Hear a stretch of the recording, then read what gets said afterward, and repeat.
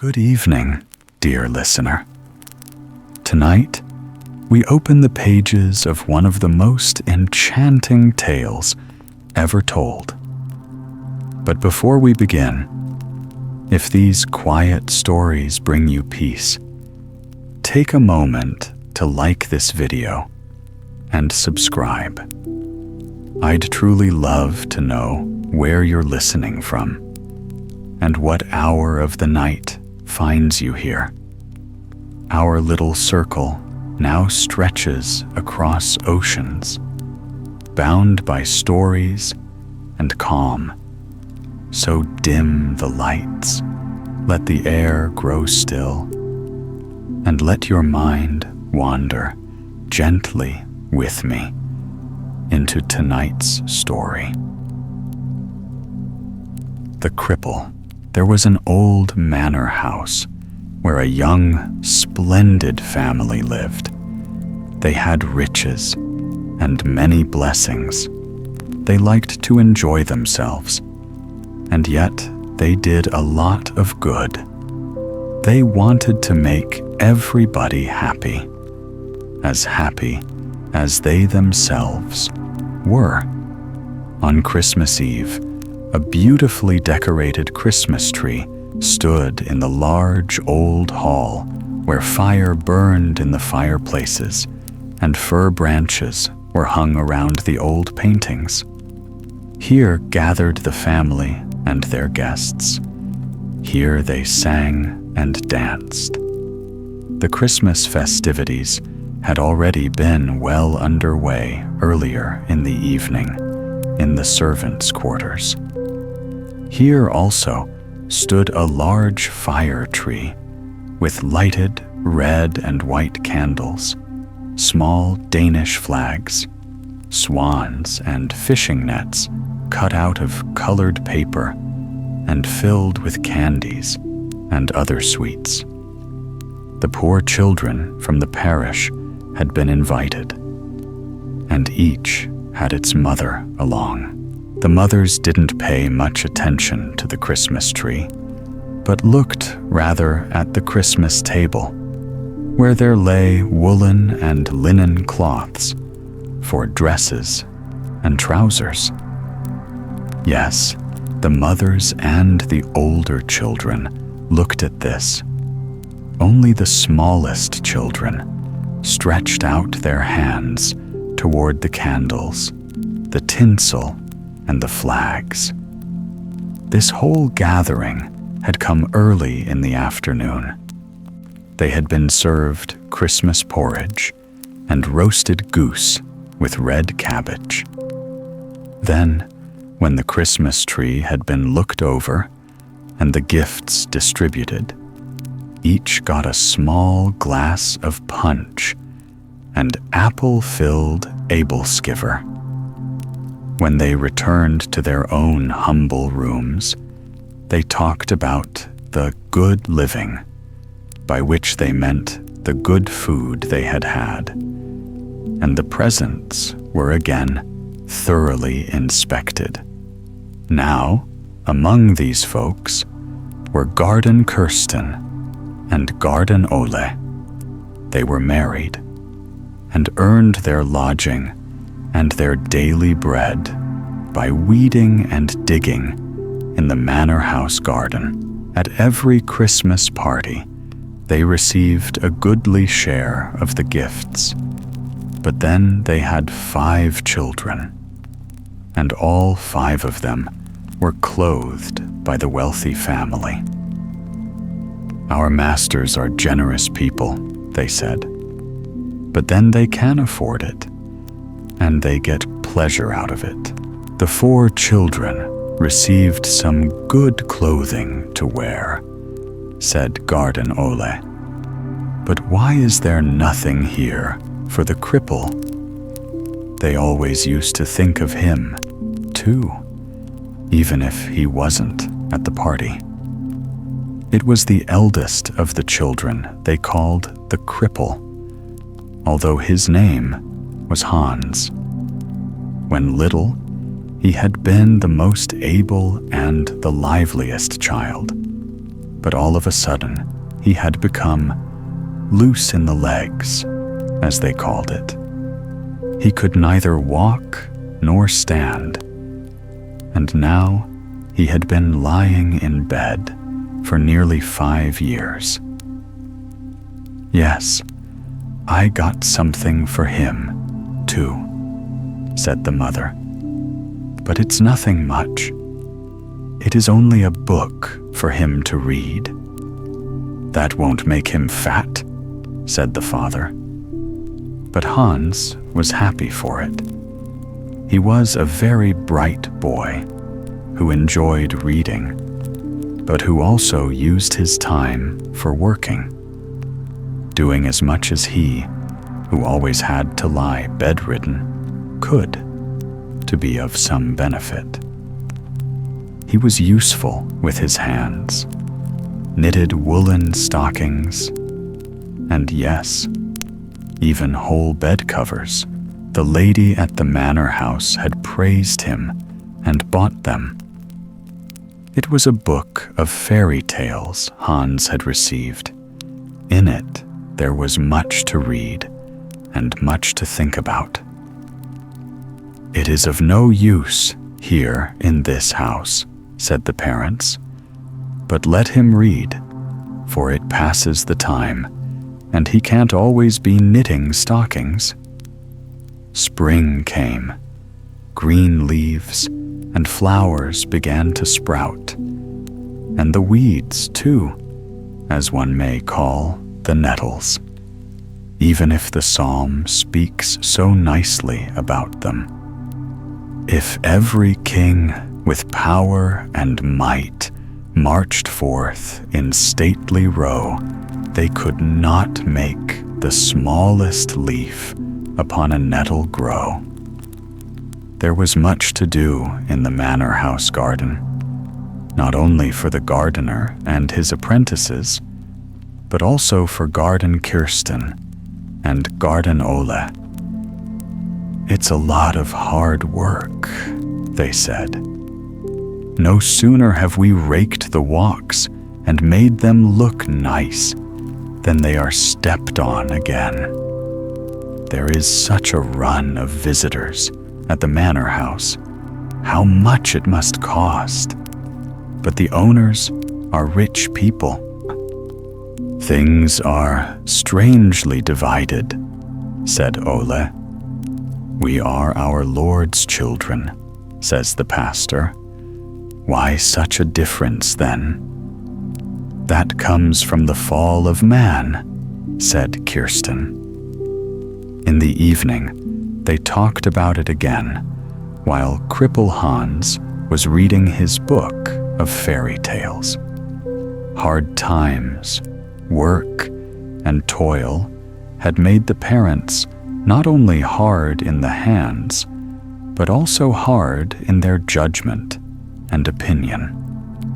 They couldn't understand, and consequently couldn't explain the matter clearly. And as they talked, they became more peevish and angry. Some people are prosperous and happy. Others live in poverty. Why should we suffer because of our first parents' curiosity and disobedience? We would not have behaved as those two did. "Yes, we would," said Cripple Hans all of a sudden. "It is all here in this book." "What's in the book?" asked the parents. And Hans read for them the old fairy tale about the woodcutter and his wife. They too argued about Adam's and Eve's curiosity, which was the cause of their misfortune also. The king of the country then came by. "Follow me home," he said, "and you shall be as well off as I, with a 7-course dinner and a course for display. That course is in a closed tureen, and you must not touch it, for if you do, your days of leisure are over." "What can there be in the tureen?" said the wife. "That's none of our business," said the husband. "Well, I'm not inquisitive," said the woman, "but I would like to know why we don't dare lift the lid. It must be something delicious." "I only hope there is nothing mechanical about it," said the man, "such as a pistol shot, which goes off and awakens the whole house." "Oh, my," said the woman. And she didn't touch the tureen. But during the night, she dreamed that the lid lifted itself, and from the tureen came an odor of the most wonderful punch, such as is served at weddings and funerals. In it lay a large silver coin bearing the following inscription: "If you drink of this punch, you will become the 2 richest people in the world, and all other people will become beggars." Just then, the woman awoke and told her husband about her dream. "You think too much about that thing," he said. "We could lift it gently," said the woman. "Gently," said the man. And the woman lifted the lid very, very gently. Then 2 small, sprightly mice sprang out and disappeared into a mouse hole. "Good night," said the king. "Now you can go home and lie in your own bed. Don't blame Adam and Eve anymore. You 2 have been just as inquisitive and ungrateful." "Where has that story in the book come from?" said Garden Ole. "It sounds as if it were meant for us. It is something to think about." The next day, they went to work again, and they were roasted by the sun and soaked to the skin by the rain. Within them were grumbling thoughts as they pondered over the story. The evening was still light at home after they had eaten their milk porridge. "Read the story about the woodcutter to us again," said Garden Ole. "But there are so many other beautiful stories in this book," said Hans. "So many you don't know." "Yes, but those I don't care about," said Garden Ole. "I want to hear the one I know." And he and his wife heard it again. More than one evening, they returned to that story. "It doesn't quite make everything clear to me," said Garden Ole. "It's the same with people as it is with sweet milk when it sours. Some becomes fine cheese, and the other only the thin, watery whey. So it is with people. Some are lucky in everything they do, live high all their lives, and know no sorrow or want." This cripple Hans heard. His legs were weak, but his mind was bright. He read for them from his book of fairy tales, read about the man without sorrow and want. Yes, where could he be found? For found he must be.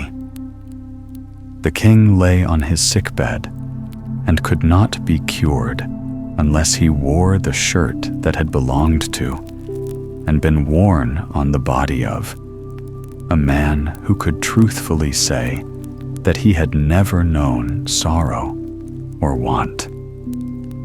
a command was sent to every country in the world, to all castles and manors, to all prosperous and happy people. But upon thorough questioning, every one of them was found to have known sorrow and want. "I haven't," said the swineherd, who sat laughing and singing on the edge of the ditch. "I'm the happiest person." "Then give us your shirt," said the messengers. "You will be paid for it with half of a kingdom." But he had no shirt at all, and yet he called himself the happiest person. "He was a fine fellow," shouted Garden Ole, and he and his wife laughed as they hadn't laughed for years. Then the schoolmaster came by. "How pleased you are," he said. "That is unusual in this house. Have you won a prize in the lottery?" "No, it isn't that sort of pleasure," said Garden Ole. "It is because Hans has been reading to us from his book of fairy tales. He read about the man without sorrow and want, and that fellow had no shirt. Your eyes get moist when you hear such things, and from a printed book at that. Everyone has a load to carry. One is not alone in that. That, at least, is a comfort." "Where did you get that book?" asked the schoolmaster. "Our Hans got it at Christmas time over a year ago. The Manor House family gave it to him. They know he likes reading, and of course, that he is a cripple. At the time, we would rather have seen him get 2 linen shirts.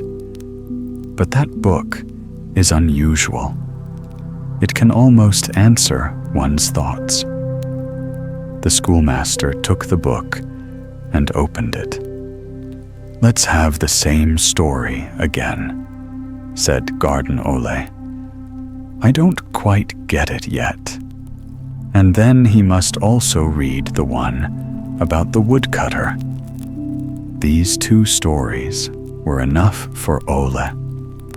They were like 2 sunbeams pouring into that humble room, into the oppressed thoughts that had made them crossin' and grumbly. Hans had read the whole book, read it many times. The fairy tales carried him out into the world, where he, of course, could not go because his legs would not carry him. The schoolmaster sat beside his bed. They talked together, and both of them enjoyed it.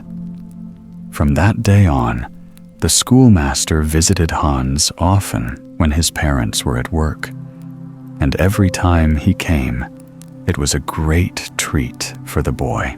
How attentively he listened to what the old man told him about the size of the world and about its many countries, and that the sun was nearly 500,000 times larger than the earth, and so far away that a cannonball in its course would take 25 years to travel from the sun to the earth, while the light beams could reach the earth in 8 minutes. Of course, every studious schoolboy knew all that, but to Hans, this was all new, and even more wonderful than what he had read in the book of fairy tales. 2 or 3 times a year, the schoolmaster dined with the Manor House family, and on one of these occasions, he told of how important the book of fairy tales was in the poor house. how alone 2 stories in it had been the means of spiritual awakening and blessing that the sickly, clever little boy had, through his reading, brought meditation and joy into the house. When the schoolmaster departed from the manor house, the lady pressed 2 shiny silver dollars in his hand for little Hans. "Father and mother must have them," said the boy, when the schoolmaster brought him the money. And Garden Ole and Garden Kirsten both said, "Cripple Hans, after all, is also a prophet and a blessing to us." A couple of days later, when the parents were away at work at the manor house, the owner's carriage stopped outside. It was the kind-hearted lady who came, happy that her Christmas gift had afforded so much comfort and pleasure to the boy and his parents. She brought fine bread, fruit, and a bottle of sweet syrup. But what was still more wonderful, she brought him, in a gilded cage, a little blackbird, which whistled quite charmingly. The bird cage was placed on the old cabinet close by the boy's bed. There he could see and hear the bird. Yes, and people way out on the highway could hear it sing. Garden Ole and Garden Kirsten didn't return home until after the lady had driven away. Even though they saw how happy Hans was, they thought there would only be trouble with the present he had received. "Rich people don't think very clearly," they said. "Now we have that to look after. Cripple Hans can't do it. In the end, the cat will get it." 8 days went by, and still another 8 days. During that time, the cat was often in the room without frightening the bird, to say nothing of not harming it. Then, one day, a great event occurred. It was in the afternoon, while the parents and the other children were at work, and Hans was quite alone. He had the book of fairy tales in his hand and was reading about the fisherman's wife who got her wishes fulfilled. She wished to be king, and that she became. She wished to be emperor, and that too she became. But then she wished to be the good Lord, and thereupon she again sat in the muddy ditch she had come from. Now that story had nothing whatsoever to do with the bird or the cat, but it happened to be the story he was reading when this occurrence took place. He always remembered that afterward. The cage stood on the cabinet, and the cat stood on the floor and stared with its yellow-green eyes at the bird. There was something in the cat's look that seemed to say, "How beautiful you are. I'd like to eat you." That Hans understood. He could read it in the cat's face. "Get away, cat," he shouted. "You get out of this room." It looked as if the cat were getting ready to leap. Hans couldn't reach it and had nothing to throw at it but his greatest treasure, the book of fairy tales. This he threw, but the cover was loose and flew to one side, while the book itself, with all its leaves, flew to the other side.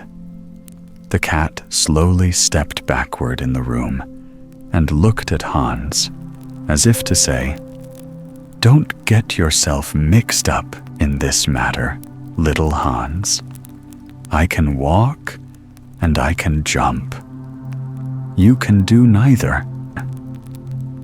Hans was greatly worried and kept his eyes on the cat, while the bird also became uneasy. There wasn't a person he could call. It seemed as if the cat knew that, and it prepared itself to jump again. Hans shook his bed cover at it. He could, remember, use his hands. But the cat paid no attention to the bed cover, and after Hans had thrown it without avail, the cat leaped up onto the chair and onto the sill. There it was closer to the bird. Hans could feel his own warm blood rushing through his body, but that he didn't think of. He thought only about the cat and the bird. The boy could not get out of bed without help, nor, of course, could he stand on his legs, much less walk. It was as if his heart turned inside him when he saw the cat leap straight from the window onto the cabinet and push the cage so that it overturned. The bird fluttered about bewilderedly in the cage. Hans screamed. A great shock went through him, and without thinking about it, he sprang out of bed, moved toward the cabinet, chased the cat down, and got hold of the cage, where the bird was flying about in great fear. Holding the cage in his hand, he ran out of the door, onto the road. Then tears streamed from his eyes, and joyously he shouted, "I can walk! I can walk!" He had recovered the use of his limbs. Such a thing can happen. And it had indeed happened to Hans. The schoolmaster lived nearby, and to him he ran on his bare feet, clad only in his shirt and jacket, and with the bird in the cage. "I can walk!" he shouted. "O Lord, my God!"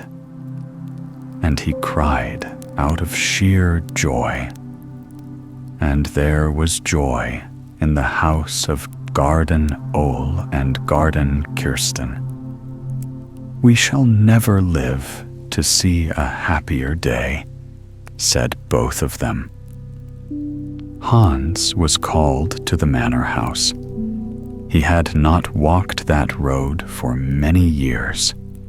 The trees and the nut bushes, which he knew so well, seemed to nod to him and say, "Good day, Hans. Welcome back out here." The sun shone on his face and right into his heart.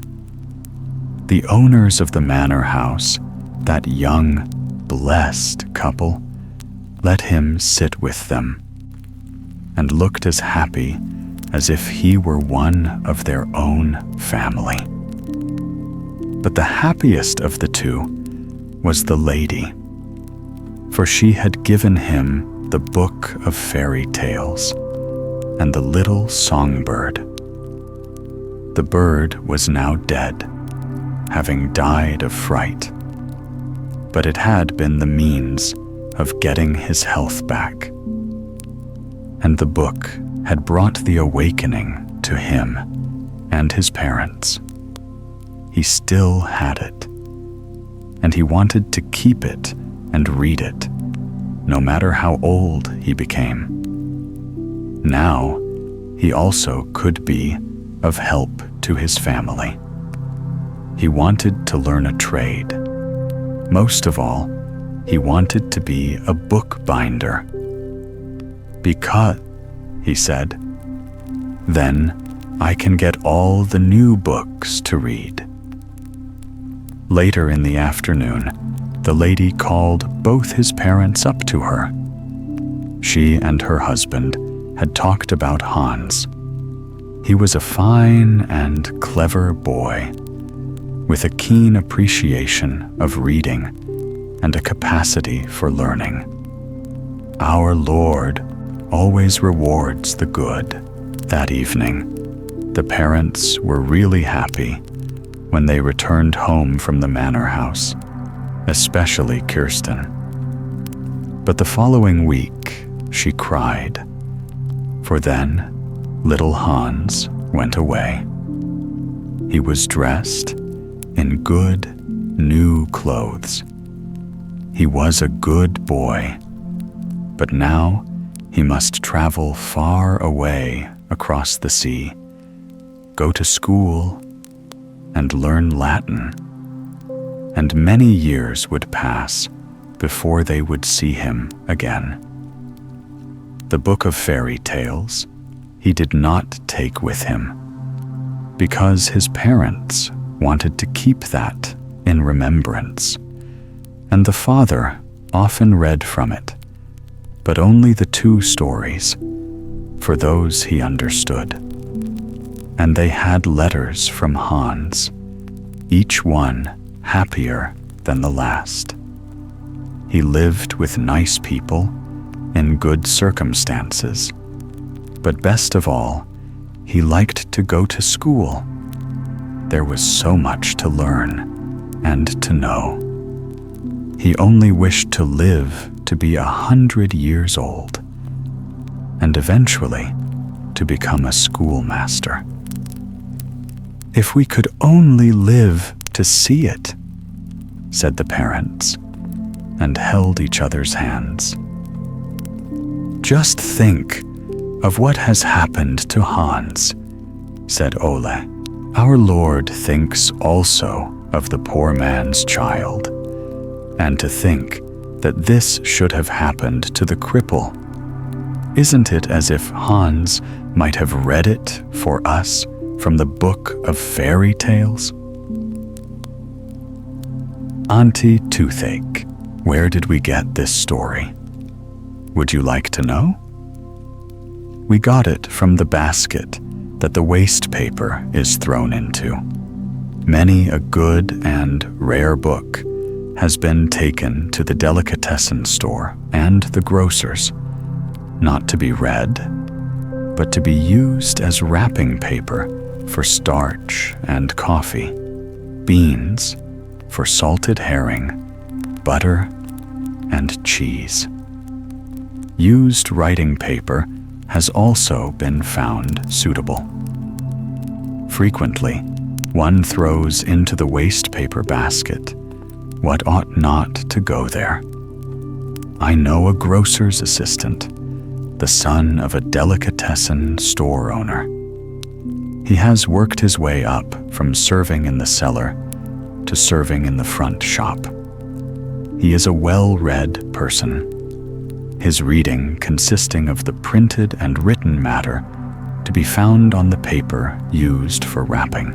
He has an interesting collection, consisting of several important official documents from the waste paper baskets of busy and absent-minded officials, a few confidential letters from one lady friend to another, reports of scandal which were not to go further, not to be mentioned by a soul.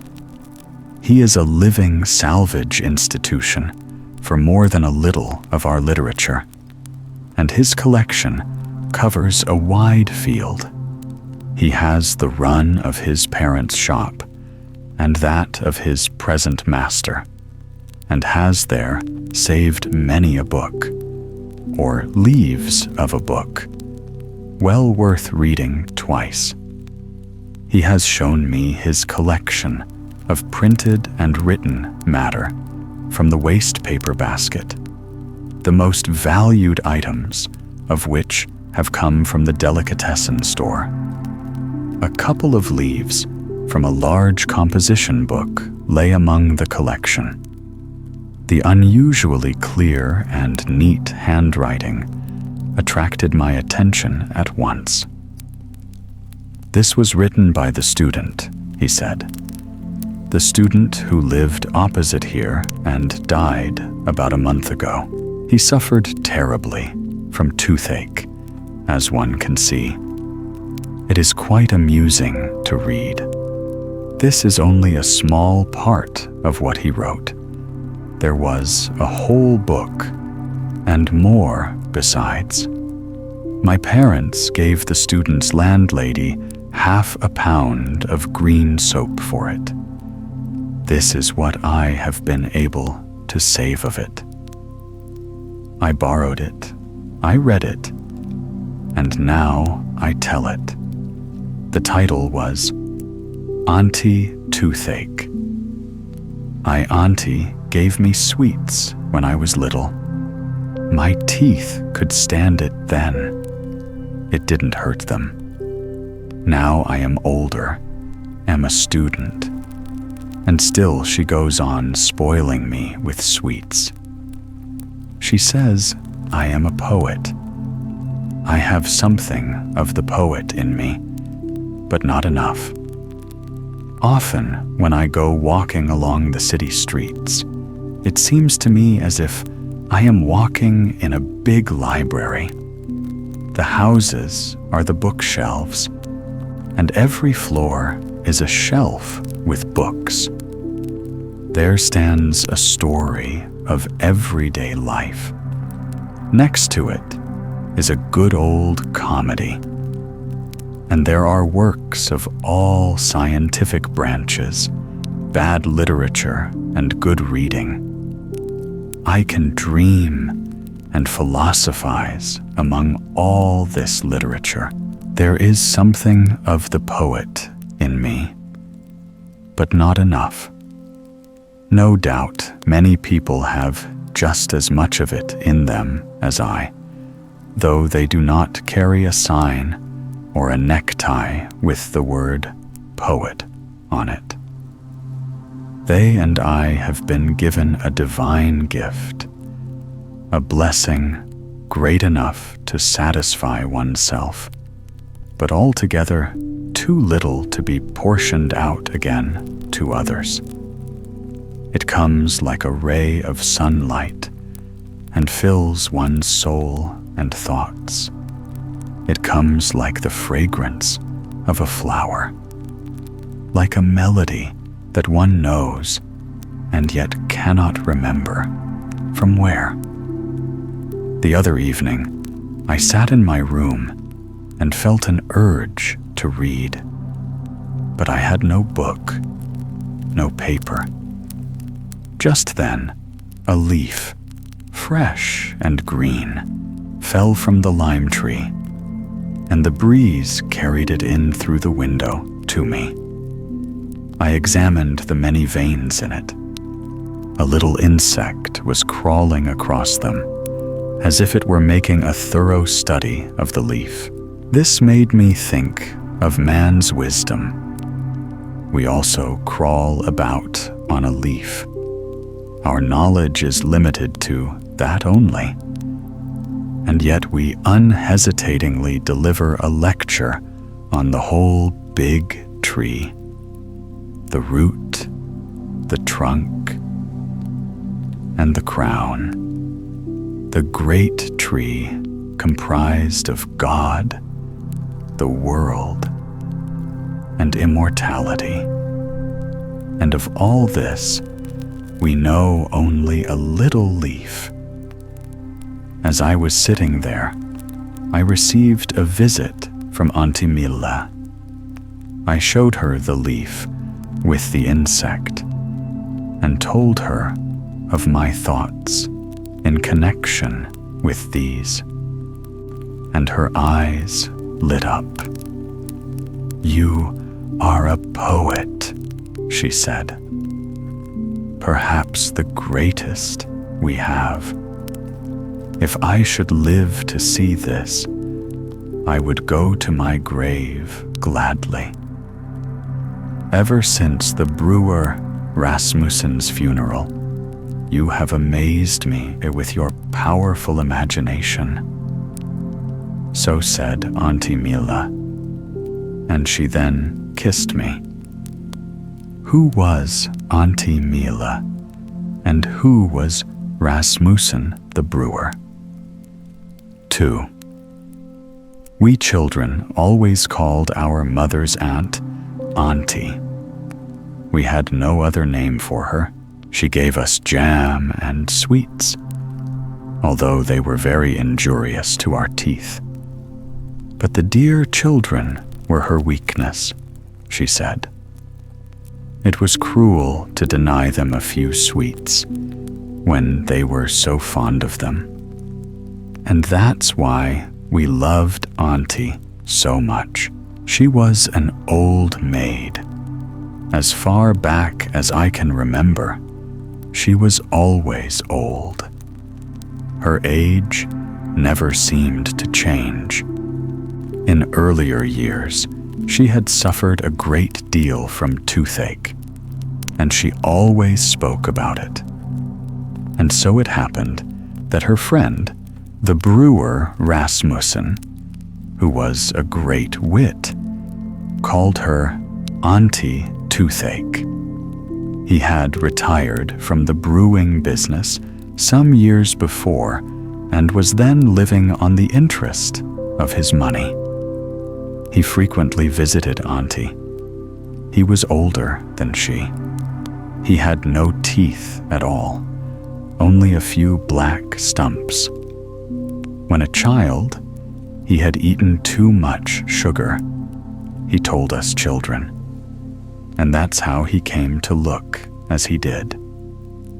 Auntie could surely never have eaten sugar in her childhood, for she had the most beautiful white teeth.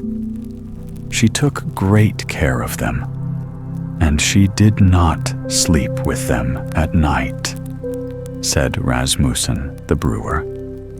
We children knew that this was said in malice, but Auntie said he did not mean anything by it. One morning, at the breakfast table, she told us of a terrible dream she had had during the night, in which one of her teeth had fallen out. That means, she said, that I shall lose a true friend. Was it a false tooth? Asked the brewer with a chuckle. If so, it can only mean that you will lose a false friend. You are an insolent old man, said Auntie, angrier than I had seen her before or ever have since. She later told us that her old friend had only been teasing her.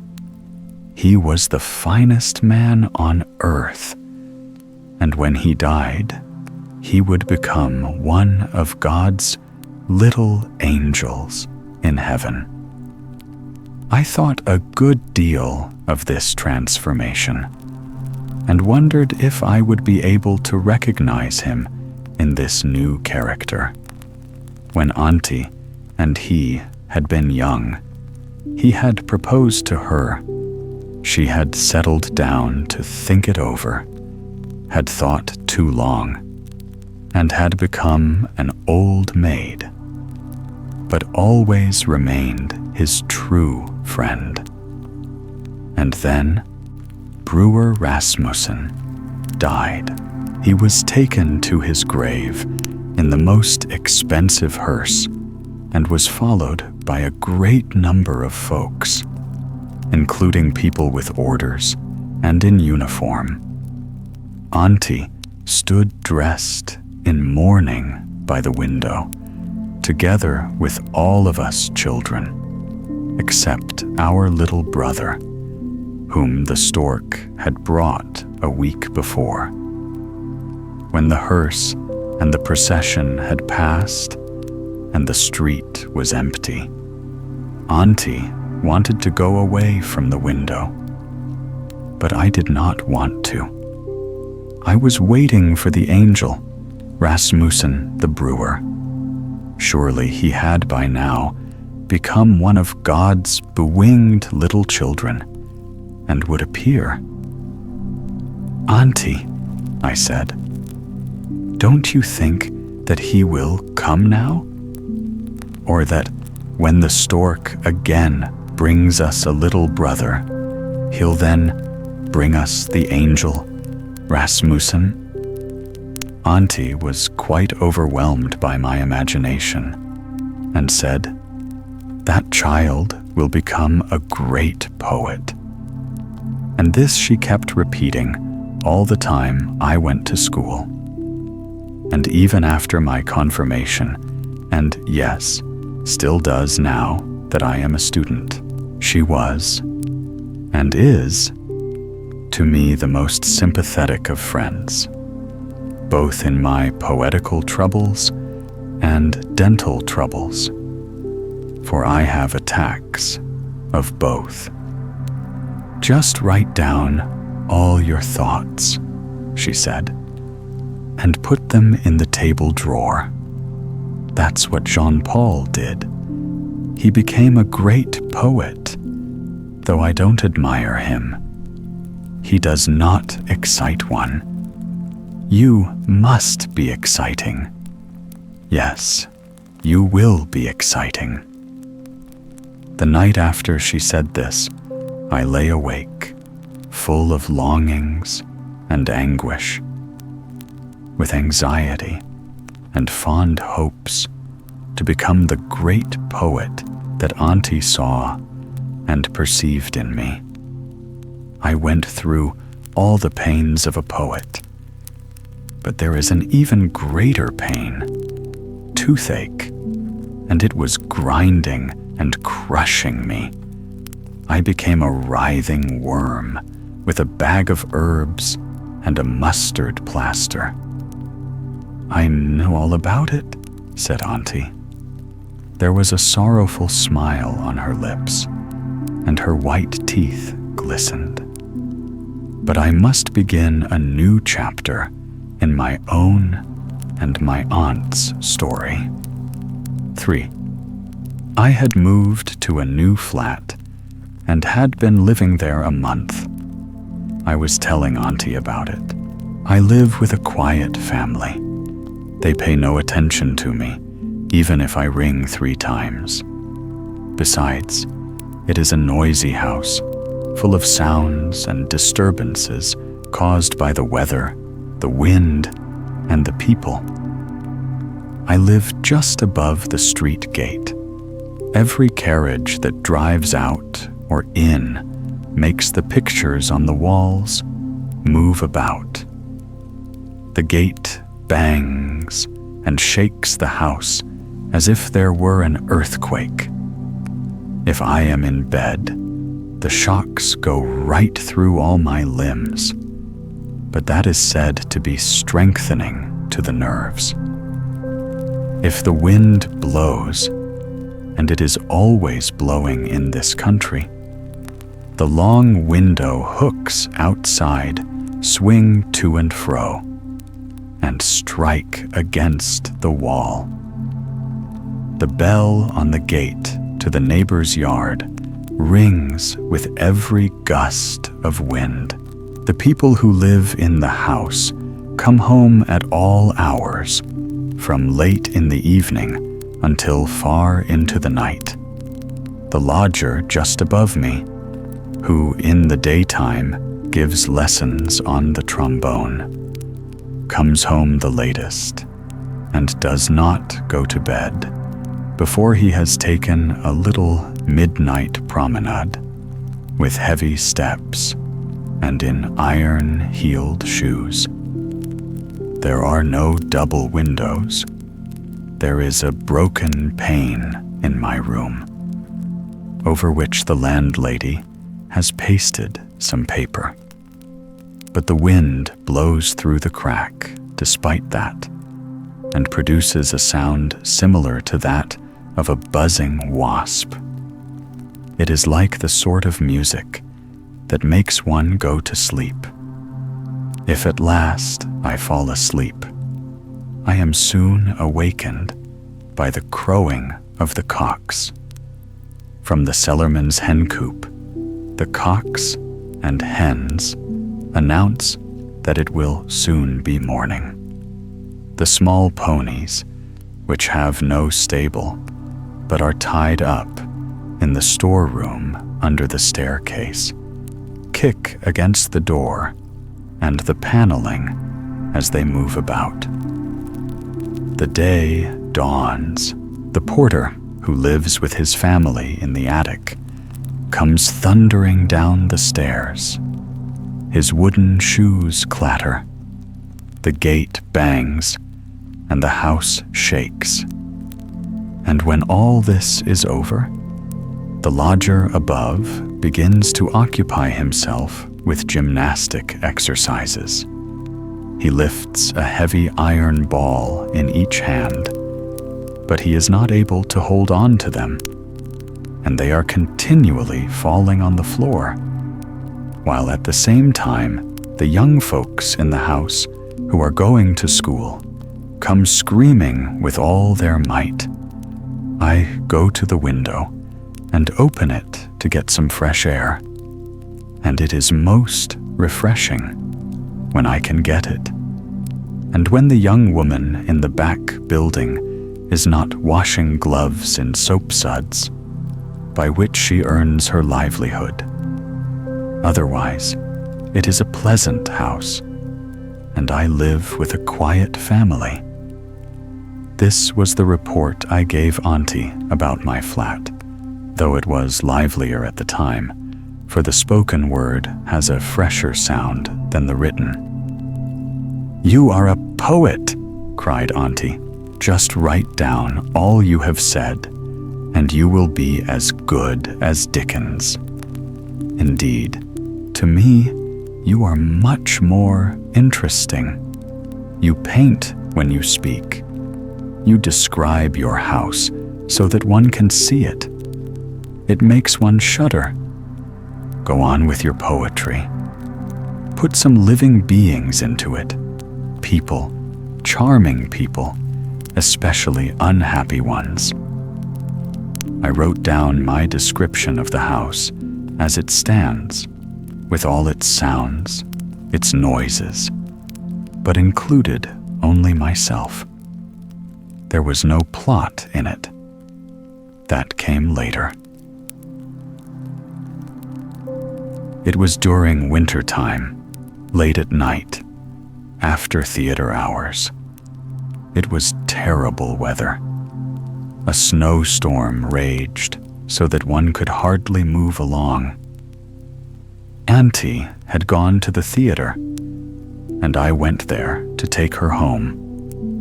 It was difficult for one to get anywhere, to say nothing of helping another. All the hiring carriages were engaged. Aunty lived in a distant section of the town, while my dwelling was close to the theater. Had this not been the case, we would have had to take refuge in a sentry box for a while. We trudged along in the deep snow, while the snowflakes whirled around us. I had to lift her, hold on to her, and push her along. Only twice did we fall, but we fell on the soft snow. We reached my gate, where we shook some of the snow from ourselves. On the stairs, too, we shook some off, and yet there was still enough almost to cover the floor of the anteroom. We took off our overcoats and boots, and what other clothes might be removed. The landlady lent Aunty dry stockings and a nightcap. This she would need, said the landlady, and added that it would be impossible for my aunt to get home that night, which was true. Then she asked Aunty to make use of her parlor, where she would prepare a bed for her on the sofa in front of the door that led into my room, and that was always kept locked. And so she stayed. The fire burned in my stove. The tea urn was placed on the table, and the little room became cozy.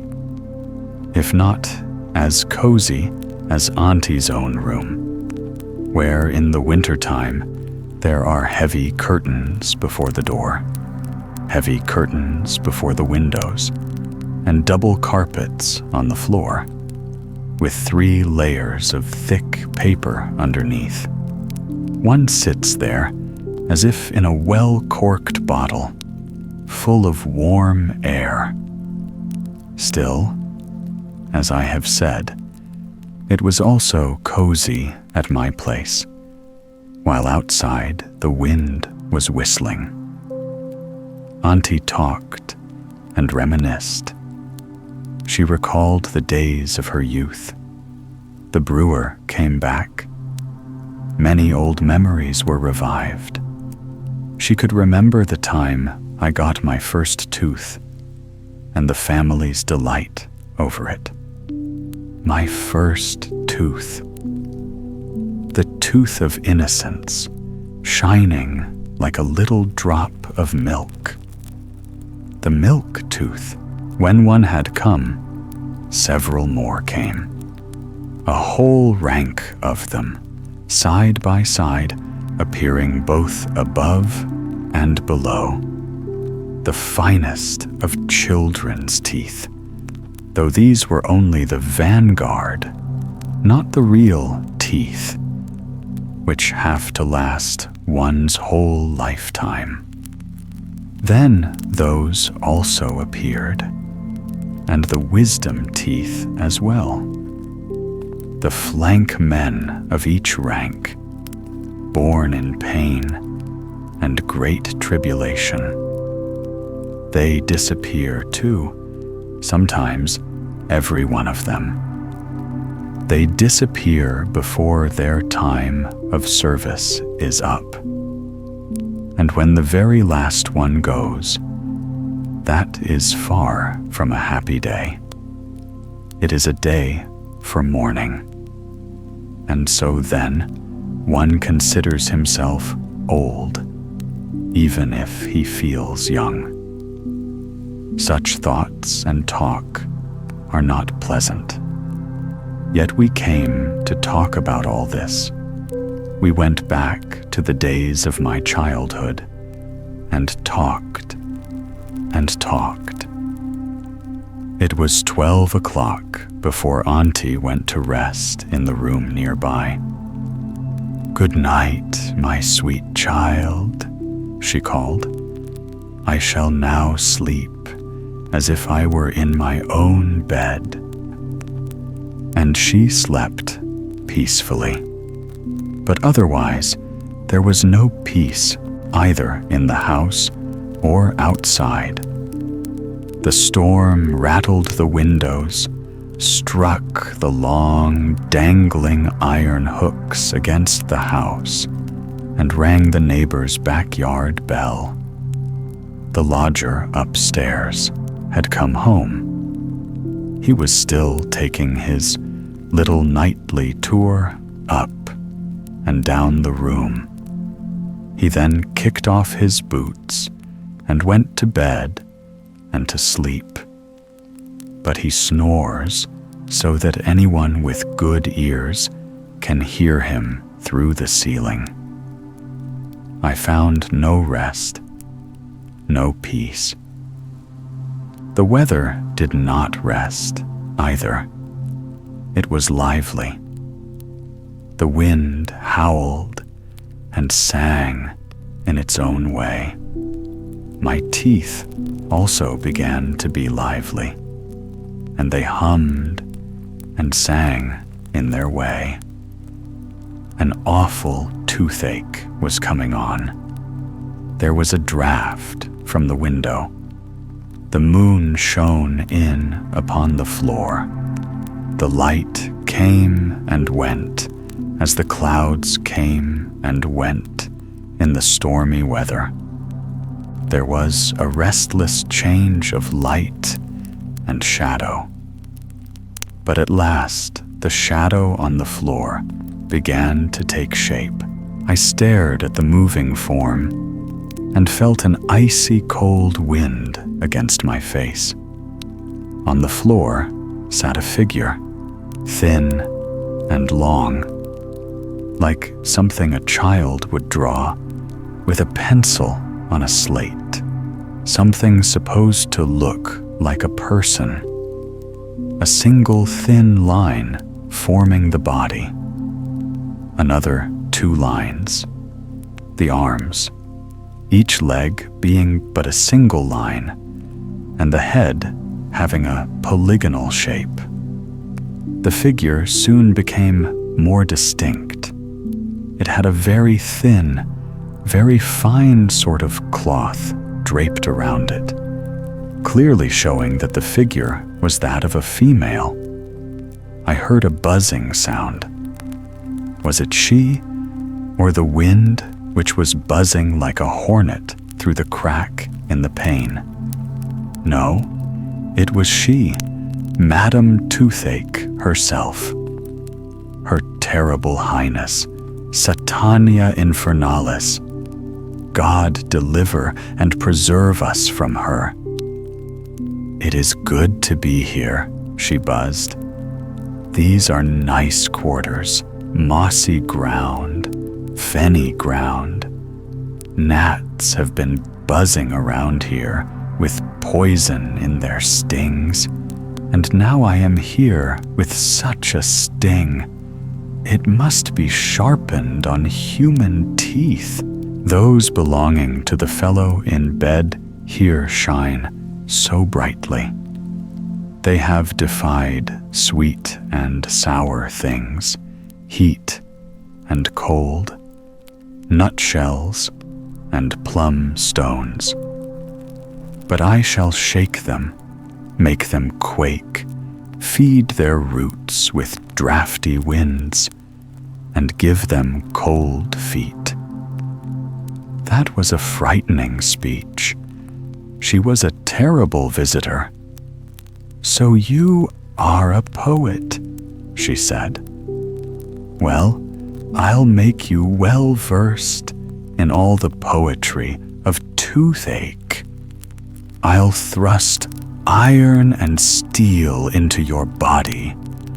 I'll seize all the fibers of your nerves. I then felt as if a red-hot awl were being driven into my jawbone. I writhed and twisted. A splendid set of teeth, she said, just like an organ to play upon. We shall have a grand concert with Jews' harps, kettle drums, and trumpets, piccolo flute, and a trombone in the wisdom tooth. Grand poet, grand music. And then she started to play. She looked terrible. Even if one did not see more of her than her hand. The shadowy, gray, ice-cold hand, with the long, thin, pointed fingers. Each of them was an instrument of torture. The thumb and the forefinger were the pincers and wrench. The middle finger ended in a pointed awl. The ring finger was a drill, and the little finger squirted gnat's poison. I am going to teach you meter, she said. A great poet must have a great toothache. A little poet, a little toothache. Oh, let me be a little poet, I begged. Let me be nothing at all. And I am not a poet, I have only fits of poetry, like fits of toothache. Go away, go away. Will you acknowledge then that I am mightier than poetry, philosophy, mathematics, and all the music? She said. Mightier than all those notions that are painted on canvas or carved in marble. I am older than every one of them. I was born close to the Garden of Paradise, just outside, where the wind blew and the wet toadstools grew. It was I who made Eve wear clothes in the cold weather, and Adam also. Believe me, there was power in the first toothache. I believe it all, I said. But go away, go away. Yes, if you will give up being a poet, never put verse on paper, slate, or any sort of writing material, then I will let you off. But I'll come again if you write poetry. I swear, I said. Only let me never see or feel you any more. See me you shall, but in a more substantial shape, in a shape more dear to you than I am now. You shall see me as Aunty Mila, and I shall say, write poetry, my sweet boy. You are a great poet, perhaps the greatest we have. But if you believe me and begin to write poetry, then I will set music to your verses and play them on your mouth harp. You sweet child, remember me when you see Aunty Mila. Then she disappeared. At our parting, I received a thrust through my jawbone like that of a red-hot awl. But it soon subsided. And then I felt as if I were gliding along the smooth water.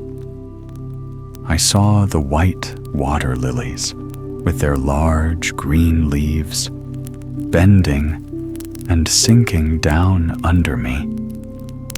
They withered and dissolved, and I sank too, and dissolved into peace and rest, to die and melt away like snow, resounded in the water, to evaporate into air, to drift away like the clouds.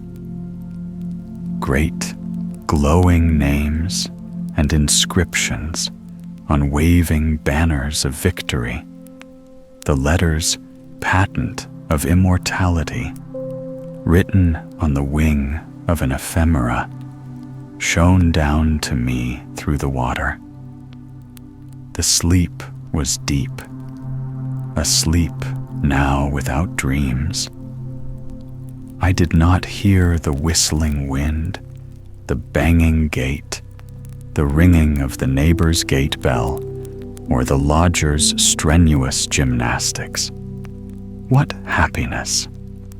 Then came a gust of wind so strong that the locked door to Auntie's room burst open. Auntie jumped up, put on her shoes, got dressed, and came into my room. I was sleeping like one of God's angels, she said, and she had not the heart to awaken me. I later awoke by myself and opened my eyes. I had completely forgotten that Auntie was in the house, but I soon remembered it, and then remembered my toothache vision. Dream and reality were blended.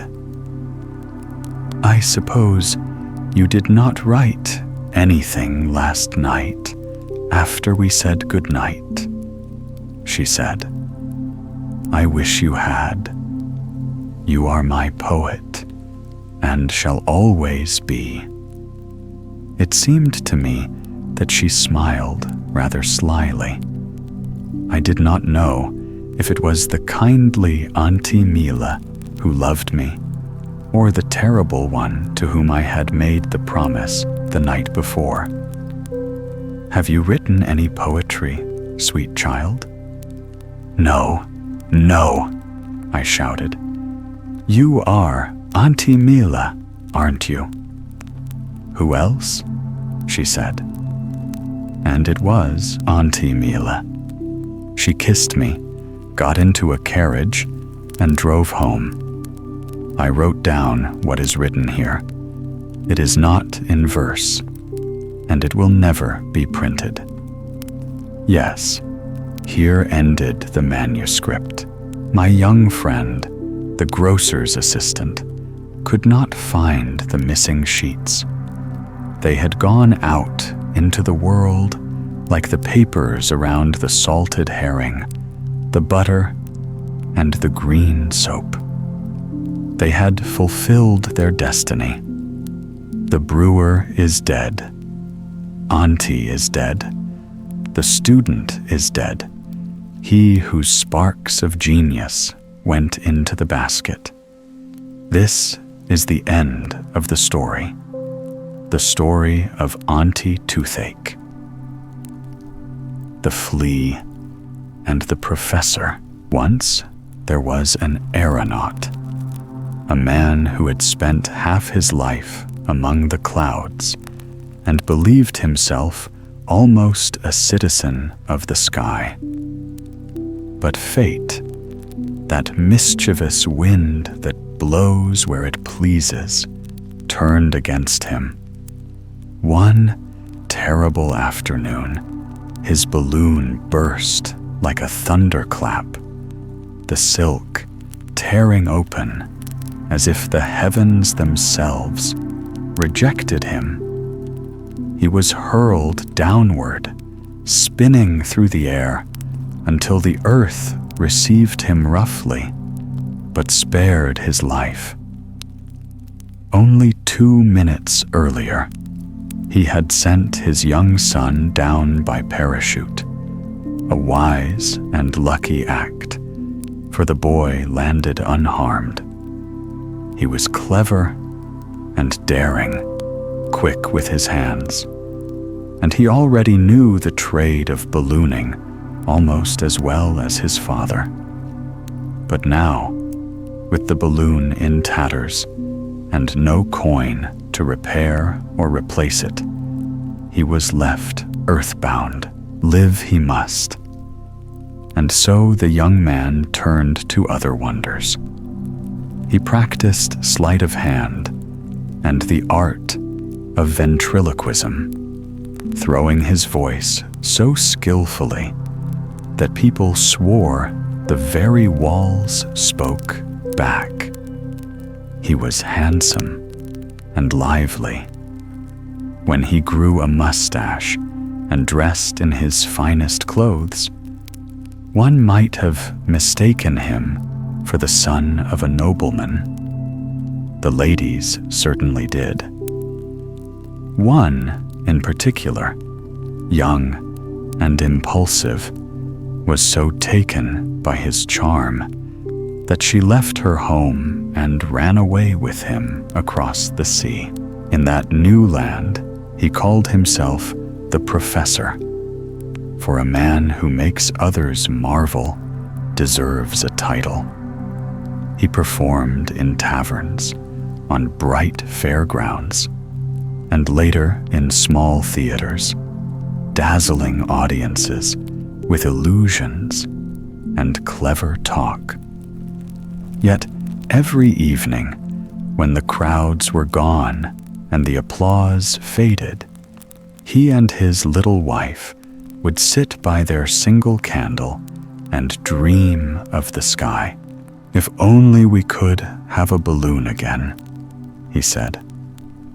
"We'd float wherever the wind would take us." "Oh, if only we could," she whispered. "It will come," he said with hope.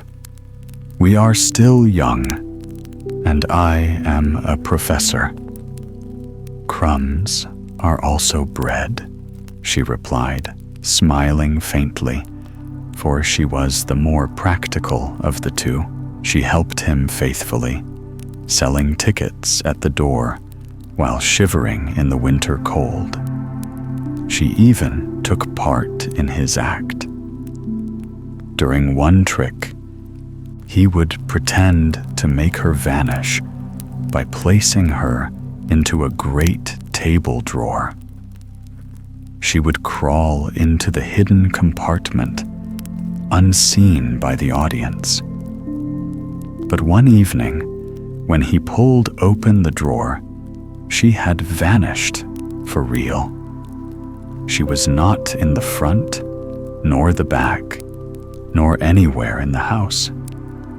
She had grown tired of the endless wandering, the tricks, the hunger, and she never returned. The professor's laughter soon faded. Without her, the jokes felt hollow, and the people stopped coming. His fine clothes wore thin, his hands grew weary, and his purse lay empty. All that remained to him was a flea, a large one that had once belonged to his wife. Out of loneliness, he began to train it. He taught it to salute like a soldier, and even to fire a tiny cannon no bigger than a thimble. The flea learned quickly. It became proud of its skill, and the professor grew proud of it in turn. Together, they traveled from town to town. Princes and princesses came to see this marvelous flea that could perform like a man. Newspapers wrote about it, posters praised it, and people called it the famous flea. The professor, too, became famous again, though he still rode in the cheapest train carriages. Despite the poverty, the two were bound by friendship. They promised never to part. "You shall remain a bachelor," said the professor, "and I a widower. That makes us even." They kept their pact and continued to wander, showing their act to all the civilized nations. At last, only the savage lands remained unexplored. "Let's go there," said the professor. "They eat Christians, but I am hardly one. And you, my flea, are hardly a man. We might do splendidly." So they went by steamship and sailboat, and the flea performed along the way, earning their passage. At last, they reached a strange country, ruled by a princess no older than 8. She was beautiful and terrible, clever and rude, and she ruled even her parents with a sharp little tongue when she saw the flea.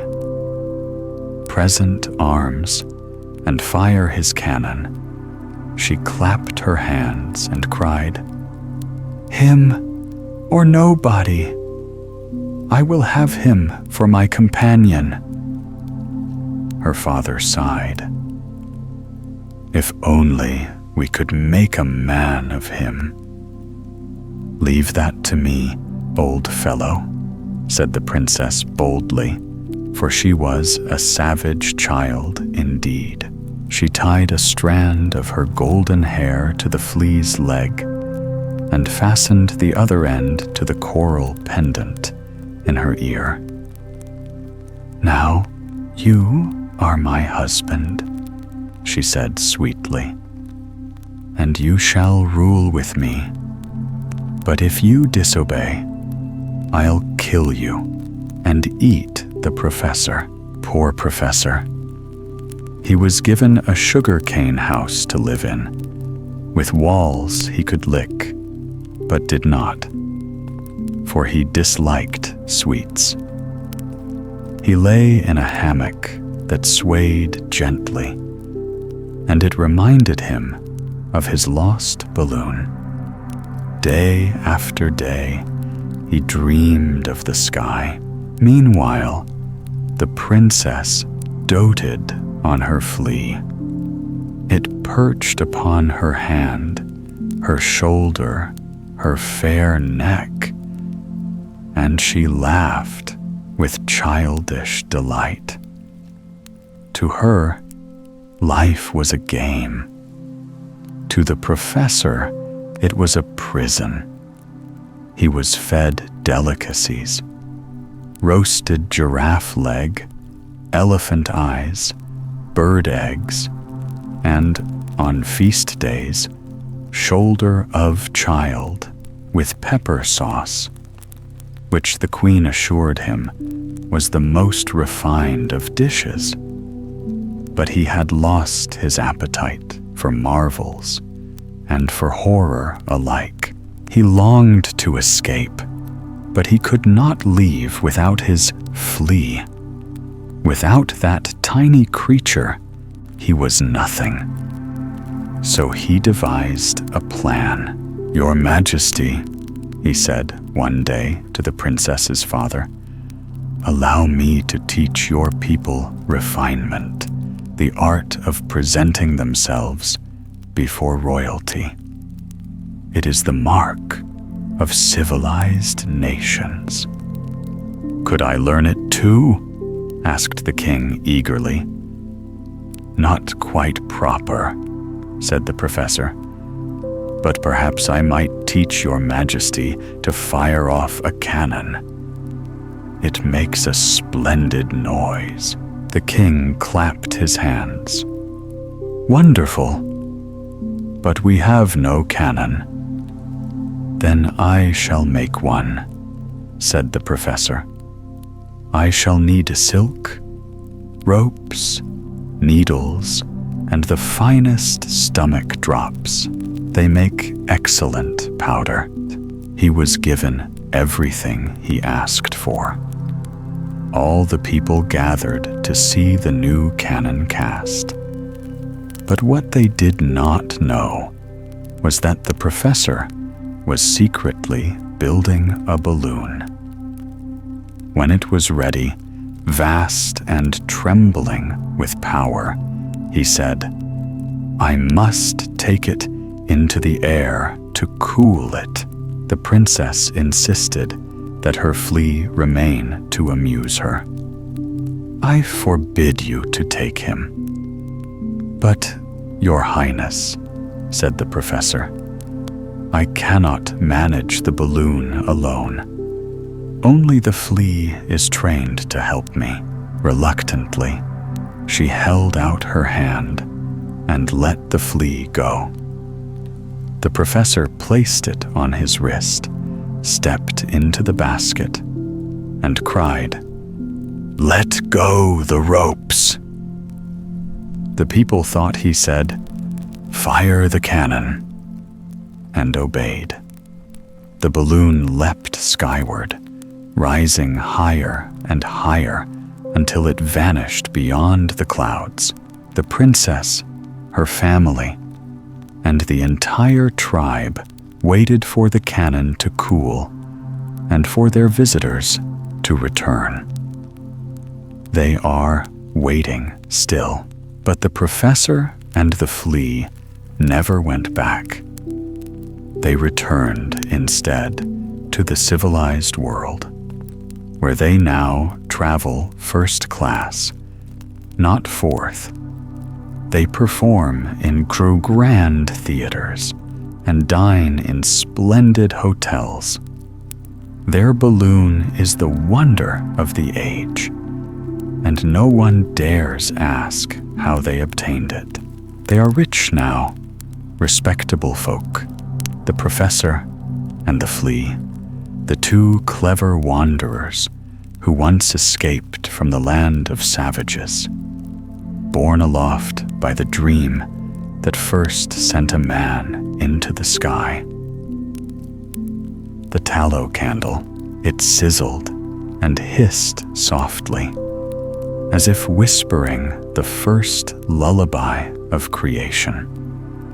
The cauldron trembled over the dancing fire, and from the molten cradle of heat and tallow was born something pure and slender. A candle, white as morning snow, smooth as polished ivory. Its shape was delicate, its form elegant, and those who beheld it could not help but feel that here was a promise made flesh, a promise of brightness, of warmth, of light that would one day shine forth for the good of all who wandered in darkness.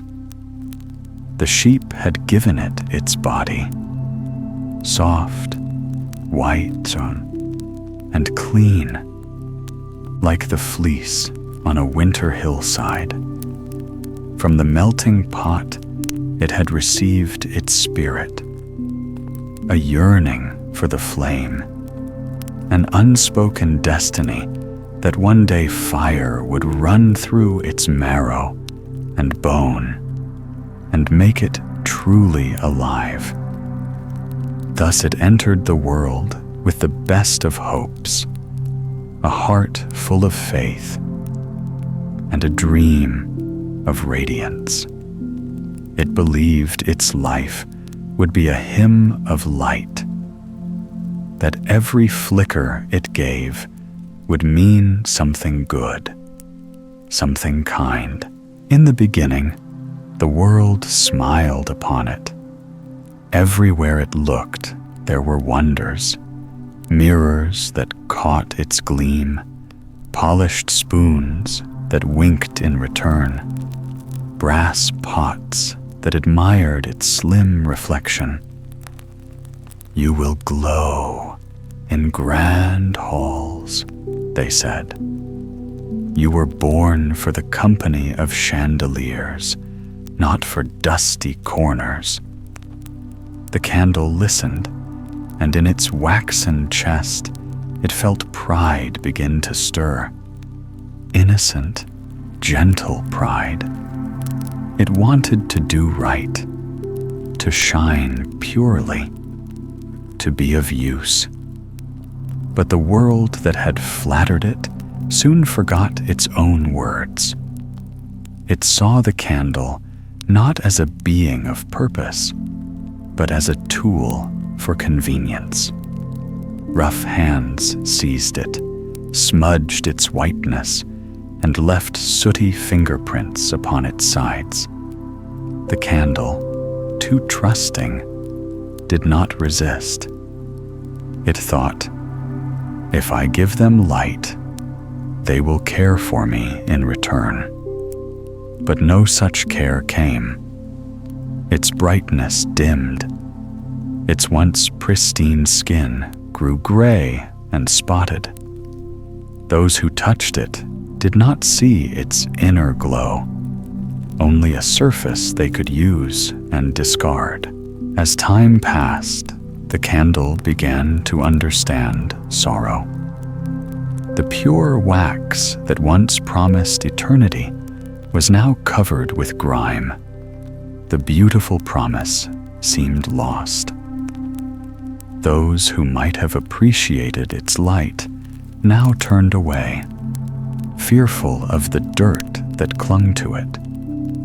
And those who had used it before no longer found it bright enough for their needs. "It has lost its shine," they said. "It is good for nothing." So they cast it aside. The candle lay forgotten on a shelf in a cold room, surrounded by dust and cobwebs. It remembered its birth, its bright beginnings, and wondered if they had been only a dream. Was I created only to be spoiled? It asked the silence.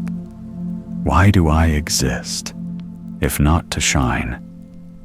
And if I was meant to shine, why does no one see the light still living inside me? The questions melted in its heart like slow tears.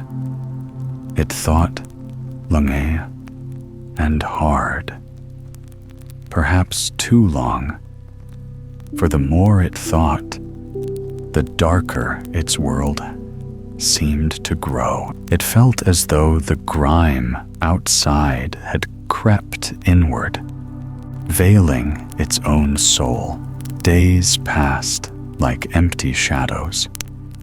The candle had almost given up believing in itself when one evening the door creaked open and a faint spark entered the room. A little tinderbox, worn and humble, but carrying within it a secret fire. The tinderbox noticed the candle at once. It did not mock its dirt or turn away from its scars. Instead, it saw through them, straight into the still pure core within. Ah, whispered the tinderbox, you are not ruined. You are only waiting to be awakened. The candle trembled, half in fear, half in hope. Do you truly see me? It asked softly. I see what lies beneath, replied the tinderbox. I see the good you have kept safe all this time. And so, with gentle care, it touched its spark to the candle's wick. A breath of light leapt forth, at first timid, then confident, then joyous. The candle's heart melted in gratitude, and its flame rose tall and golden, like a torch at a wedding feast. Warmth filled the forgotten room, chasing away the cobwebs and the gloom. The candle glowed with such brilliance that every dark corner seemed to blush with life again. It saw its reflection shining in the windows and felt, for the first time, complete. Droplets of wax rolled slowly down its sides, smooth and round like pearls. They were not tears of sorrow, but seeds of new creation, tiny offerings that covered the old stains, layer by layer, until nothing of the grime remained visible. Each drop was both flesh and spirit, born of the union between the candle and the flame, a living symbol of purpose fulfilled. Now others came, drawn by the gentle light. Moths fluttered in wonder, shadows danced along the walls. Look, they murmured, it shines again. And indeed it did, brightly, kindly, steadily. The candle had found its rightful place, to bring warmth to the cold, to bring sight to the lost, to remind every onlooker that purity can live beneath even the thickest layer of soot. It understood now that the world's rejection had been part of its making. Without darkness, its light would have had no meaning, Without pain, it would never have known compassion. It had been a candle all along, only waiting for the right flame to awaken its soul. From that day forward, the tallow candle burned with serene pride. It no longer feared the melting of its body, for it knew that every drop given was a gift returned to life itself. Night after night, it shone, sometimes in lonely corners, sometimes beside joyful company, but always with the same steady heart. And when at last its flame grew small and the final spark drifted upward like a sigh, it left behind no bitterness, only a soft fragrance and the memory of light. For the candle had lived truly. It had burned. It had given. It had loved. And in that giving, it had found eternity. The Tinder-Box, a soldier, came marching along the high road. Left, right, left, right. He had his knapsack on his back and a sword at his side. He had been to the wars and was now returning home. As he walked on, he met a very frightful-looking old witch in the road. Her underlip hung quite down on her breast, and she stopped and said, "Good evening, soldier. You have a very fine sword and a large knapsack, and you are a real soldier. So you shall have as much money as ever you like." "Thank you, old witch," said the soldier. "Do you see that large tree?" said the witch, pointing to a tree which stood beside them. "Well, it is quite hollow inside, and you must climb to the top, when you will see a hole, through which you can let yourself down into the tree to a great depth. I will tie a rope round your body so that I can pull you up again when you call out to me." "But what am I to do down there in the tree?" asked the soldier. "Get money," she replied. "For you must know that when you reach the ground under the tree, you will find yourself in a large hall, lighted up by 300 lamps. You will then see 3 doors, which can be easily opened, for the keys are in all the locks. On entering the first of the chambers to which these doors lead, you will see a large chest standing in the middle of the floor, and upon it a dog seated, with a pair of eyes as large as teacups. But you need not be at all afraid of him. I will give you my blue checked apron, which you must spread on the floor, and then boldly seize hold of the dog and place him upon it. You can then open the chest and take from it as many pence as you please. They are only copper pence, but if you would rather have silver money, you must go into the second chamber.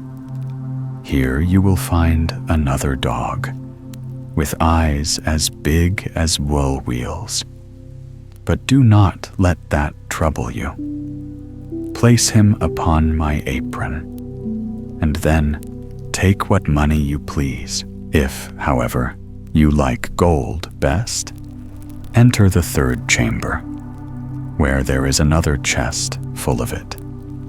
The dog who sits on this chest is very dreadful. His eyes are as big as a tower, but do not mind him. If he also is placed upon my apron, he cannot hurt you. And you may take from the chest what gold you will. This is not a bad story, said the soldier. But what am I to give you, you old witch?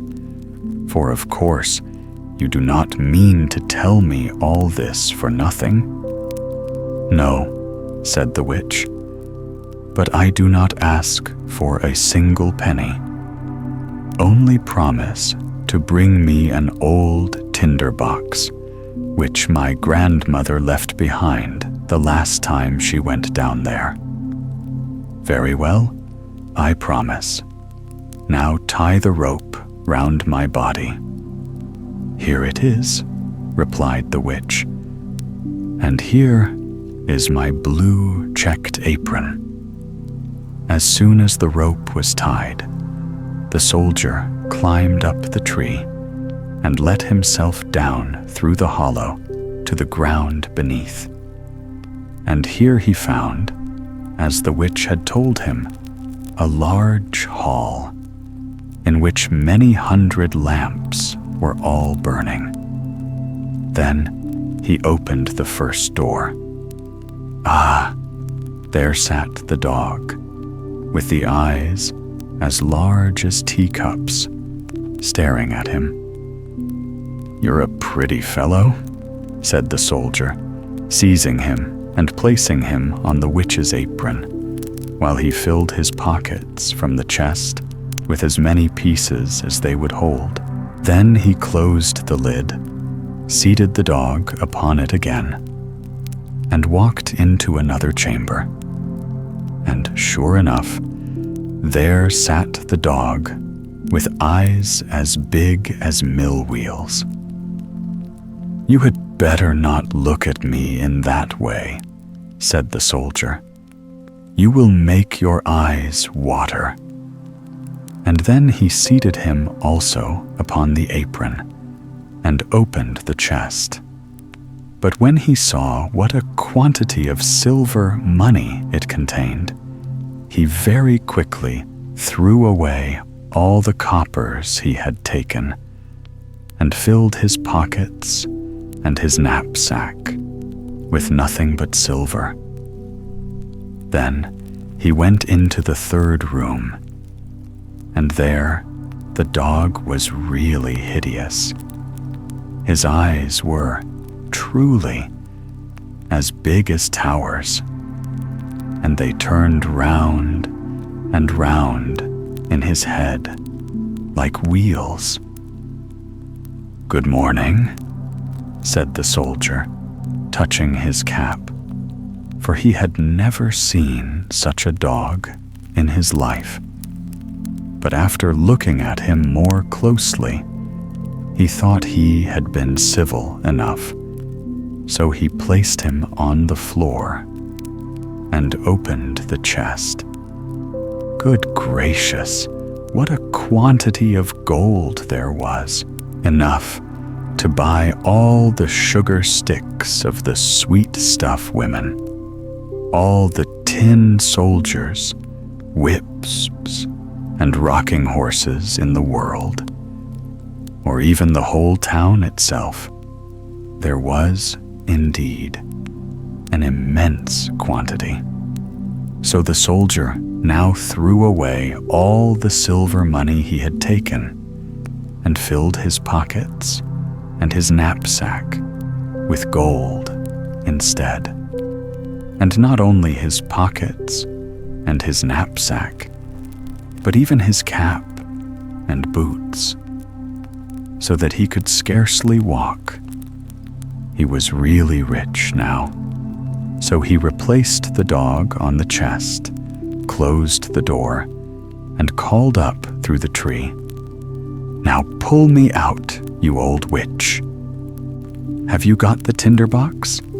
asked the witch. "No, I declare I quite forgot it." So he went back and fetched the tinder-box, and then the witch drew him up out of the tree, and he stood again in the high road, with his pockets, his knapsack, his cap, and his boots full of gold. "What are you going to do with the tinder-box?" asked the soldier. "That is nothing to you," replied the witch. "You have the money. Now give me the tinder-box." "I tell you what," said the soldier, "if you don't tell me what you are going to do with it, I will draw my sword and cut off your head." "No," said the witch. The soldier immediately cut off her head, and there she lay on the ground. Then he tied up all his money in her apron and slung it on his back like a bundle, put the tinder-box in his pocket, and walked off to the nearest town. It was a very nice town, and he put up at the best inn and ordered a dinner of all his favorite dishes, for now he was rich and had plenty of money. The servant who cleaned his boots thought they certainly were a shabby pair to be worn by such a rich gentleman, for he had not yet bought any new ones. The next day, however, he procured some good clothes and proper boots, so that our soldier soon became known as a fine gentleman, and the people visited him and told him all the wonders that were to be seen in the town, and of the king's beautiful daughter, the princess. "Where can I see her?" asked the soldier. "She is not to be seen at all," they said. "She lives in a large copper castle, surrounded by walls and towers. No one but the king himself can pass in or out, for there has been a prophecy that she will marry a common soldier, and the king cannot bear to think of such a marriage." "I should like very much to see her," thought the soldier, but he could not obtain permission to do so. However, he passed a very pleasant time, went to the theater, drove in the king's garden, and gave a great deal of money to the poor, which was very good of him. He remembered what it had been in olden times to be without a shilling. Now he was rich, had fine clothes, and many friends, who all declared he was a fine fellow and a real gentleman. And all this gratified him exceedingly. But his money would not last forever, and as he spent and gave away a great deal daily and received none, he found himself at last with only 2 shillings left. So he was obliged to leave his elegant rooms and live in a little garret under the roof, where he had to clean his own boots and even mend them with a large needle. None of his friends came to see him. There were too many stairs to mount up. One dark evening, he had not even a penny to buy a candle. Then all at once, he remembered that there was a piece of candle stuck in the tinderbox, which he had brought from the old tree, into which the witch had helped him. He found the tinderbox, but no sooner had he struck a few sparks from the flint and steel than the door flew open, and the dunsu, with eyes as big as teacups, whom he had seen while down in the tree, stood before him and said, "What orders, master?" "Hello," said the soldier. "Well, this is a pleasant tinderbox, if it brings me all I wish for." "Bring me some money," said he to the dog. He was gone in a moment, and presently returned, carrying a large bag of coppers in his month. The soldier very soon discovered after this the value of the tinderbox. If he struck the flint once, the dog who sat on the chest of copper money made his appearance. If twice, the dog came from the chest of silver, and if 3 times, the dog with eyes like towers, who watched over the gold.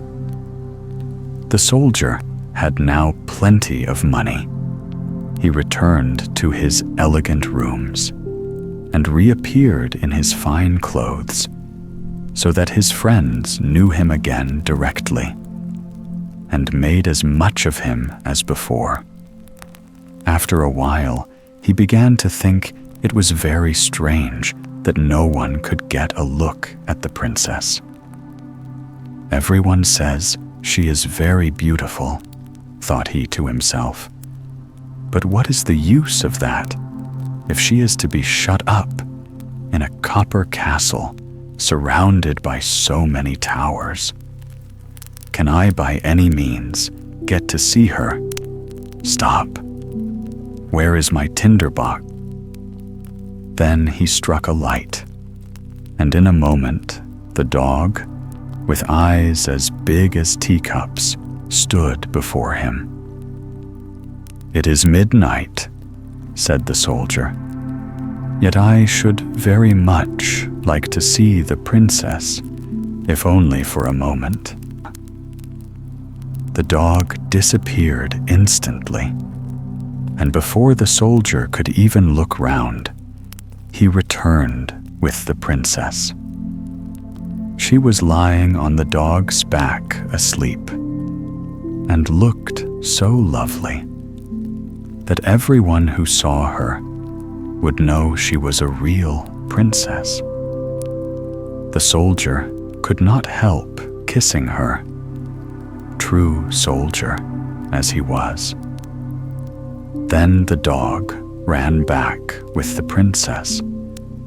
But in the morning, while at breakfast with the king and queen, she told them what a singular dream she had had during the night, of a dog and a soldier, that she had ridden on the dog's back and been kissed by the soldier.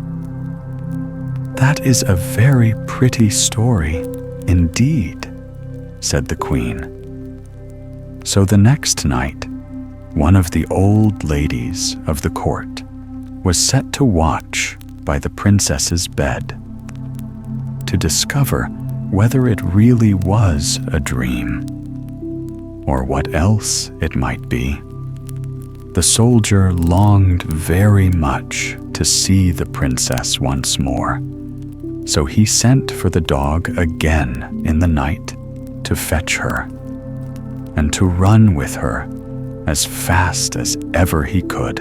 But the old lady put on water boots and ran after him as quickly as he did, and found that he carried the princess into a large house. She thought it would help her to remember the place if she made a large cross on the door with a piece of chalk. Then she went home to bed, and the dog presently returned with the princess. But when he saw that a cross had been made on the door of the house where the soldier lived, he took another piece of chalk and made crosses on all the doors in the town, so that the lady-in-waiting might not be able to find out the right door. Early the next morning, the king and queen accompanied the lady and all the officers of the household to see where the princess had been. "Here it is," said the king, when they came to the first door, with a cross on it. "No, my dear husband, it must be that one," said the queen, pointing to a second door having a cross also. "And here is one, and there is another," they all exclaimed, for there were crosses on all the doors in every direction. So they felt it would be useless to search any farther. But the queen was a very clever woman. She could do a great deal more than merely ride in a carriage. She took her large gold scissors, cut a piece of silk into squares, and made a neat little bag. This bag she filled with buckwheat flour and tied it round the princess's neck. And then she cut a small hole in the bag so that the flour might be scattered on the ground as the princess went along. During the night, the dog came again and carried the princess on his back and ran with her to the soldier, who loved her very much and wished that he had been a prince so that he might have her for a wife. The dog did not observe how the flour ran out of the bag all the way from the castle wall to the soldier's house, and even up to the window, where he had climbed with the princess. Therefore, in the morning, the king and queen found out where their daughter had been, and the soldier was taken up and put in prison. Oh, how dark and disagreeable it was as he sat there, and the people said to him, "Tomorrow you will be hanged." It was not very pleasant news, and besides, he had left the tinder-box at the inn. In the morning, he could see through the iron grating of the little window how the people were hastening out of the town to see him hanged. He heard the drums beating and saw the soldiers marching. Every one ran out to look at them, and a shoemaker's boy with a leather apron and slippers on galloped by so fast that one of his slippers flew off and struck against the wall where the soldier sat looking through the iron grating. "Hello, you shoemaker's boy, you need not be in such a hurry," cried the soldier to him. "There will be nothing to see till I come. But if you will run to the house where I have been living and bring me my tinder-box, you shall have 4 shillings. But you must put your best foot foremost."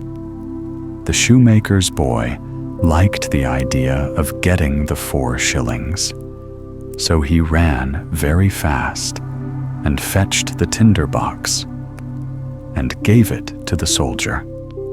And now we shall see what happened.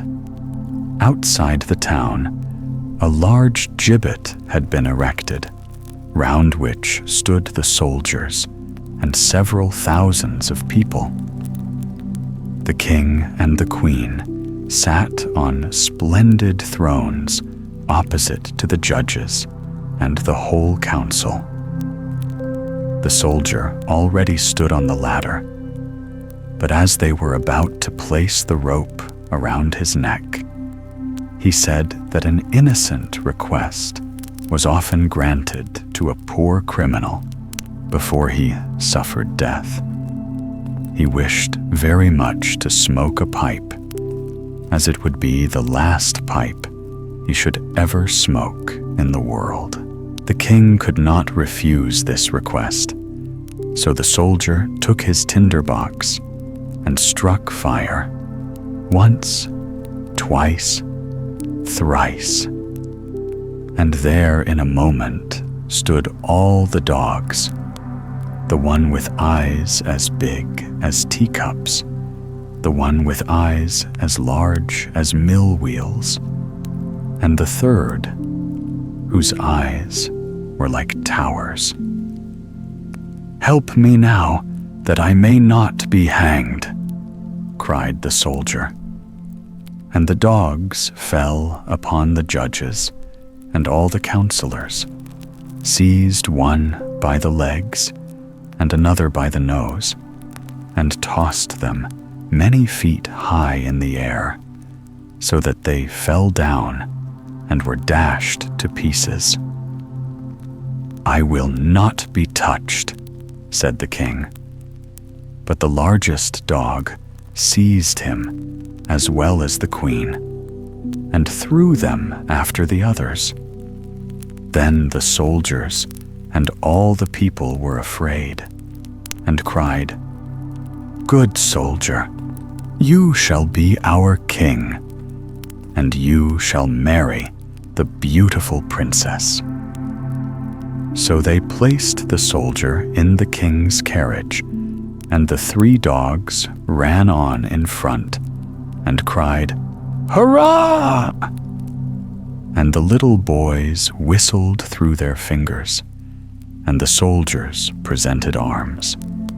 The princess came out of the copper castle and became queen, which was very pleasing to her.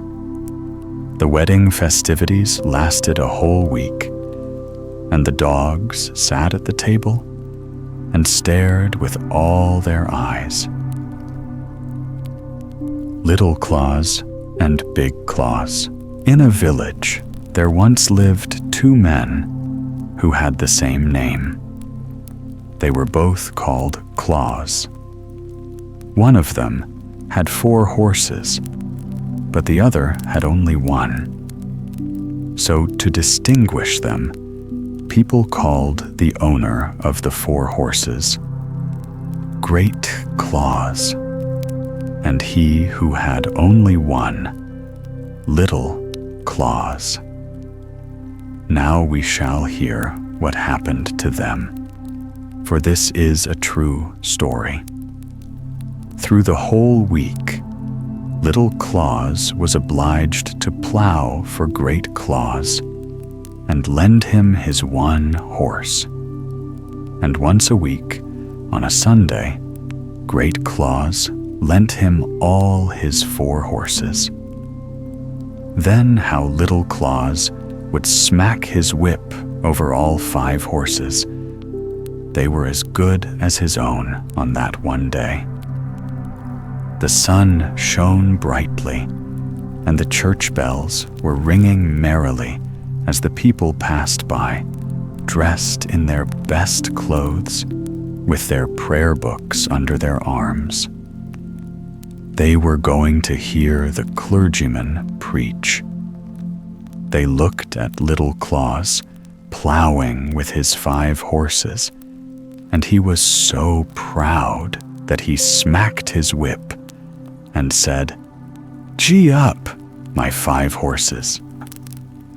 "You must not say that," said Big Claus, "for only one of them belongs to you." But Little Claus soon forgot what he ought to say, and when anyone passed, he would call out, "Gee up, my 5 horses." "Now I must beg you not to say that again," said Big Claus. "For if you do, I shall hit your horse on the head so that he will drop dead on the spot, and there will be an end of him. I promise you I will not say it any more," said the other. But as soon as people came by, nodding to him and wishing him good day, he became so pleased and thought how grand it looked to have 5 horses plowing in his field, that he cried out again, "Gee up, all my horses." "I'll gee up your horses for you," said Big Claus, and seizing a hammer, he struck the one horse of Little Claus on the head, and he fell dead instantly. "Oh, now I have no horse at all," said Little Claus, weeping. But after a while, he took off the dead horse's skin and hung the hide to dry in the wind. Then he put the dry skin into a bag and, placing it over his shoulder, went out into the next town to sell the horse's skin. He had a very long way to go and had to pass through a dark, gloomy forest. Presently, a storm arose, and he lost his way.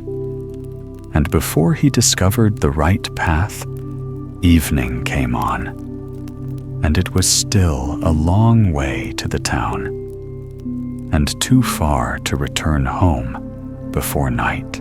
Near the road stood a large farmhouse.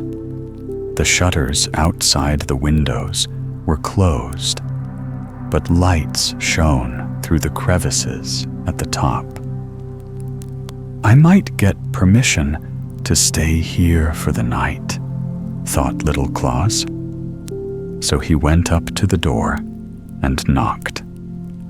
The farmer's wife opened the door, but when she heard what he wanted, she told him to go away, as her husband would not allow her to admit strangers. "Then I shall be obliged to lie out here," said Little Claus to himself, as the farmer's wife shut the door in his face. Near to the farmhouse stood a large haystack, and between it and the house was a small shed with a thatched roof. "I can lie up there," said Little Claus as he saw the roof. "It will make a famous bed, but I hope the stork will not fly down and bite my legs." For on it stood a living stork, whose nest was in the roof. So Little Claus climbed to the roof of the shed, and while he turned himself to get comfortable, he discovered that the wooden shutters, which were closed, did not reach to the tops of the windows of the farmhouse, so that he could see into a room in which a large table was laid out with wine, roast meat, and a splendid fish. The farmer's wife and the sexton were sitting at the table together, and she filled his glass and helped him plenteously to fish, which appeared to be his favorite dish. "If I could only get some, too," thought Little Claus. And then, as he stretched his neck towards the window, he spied a large, beautiful pie. Indeed, they had a glorious feast before them. At this moment, he heard someone riding down the road towards the farmhouse. It was the farmer returning home. He was a good man, but still he had a very strange prejudice. He could not bear the sight of a sexton. If one appeared before him, he would put himself in a terrible rage. In consequence of this dislike, the sexton had gone to visit the farmer's wife during her husband's absence from home, and the good woman had placed before him the best she had in the house to eat.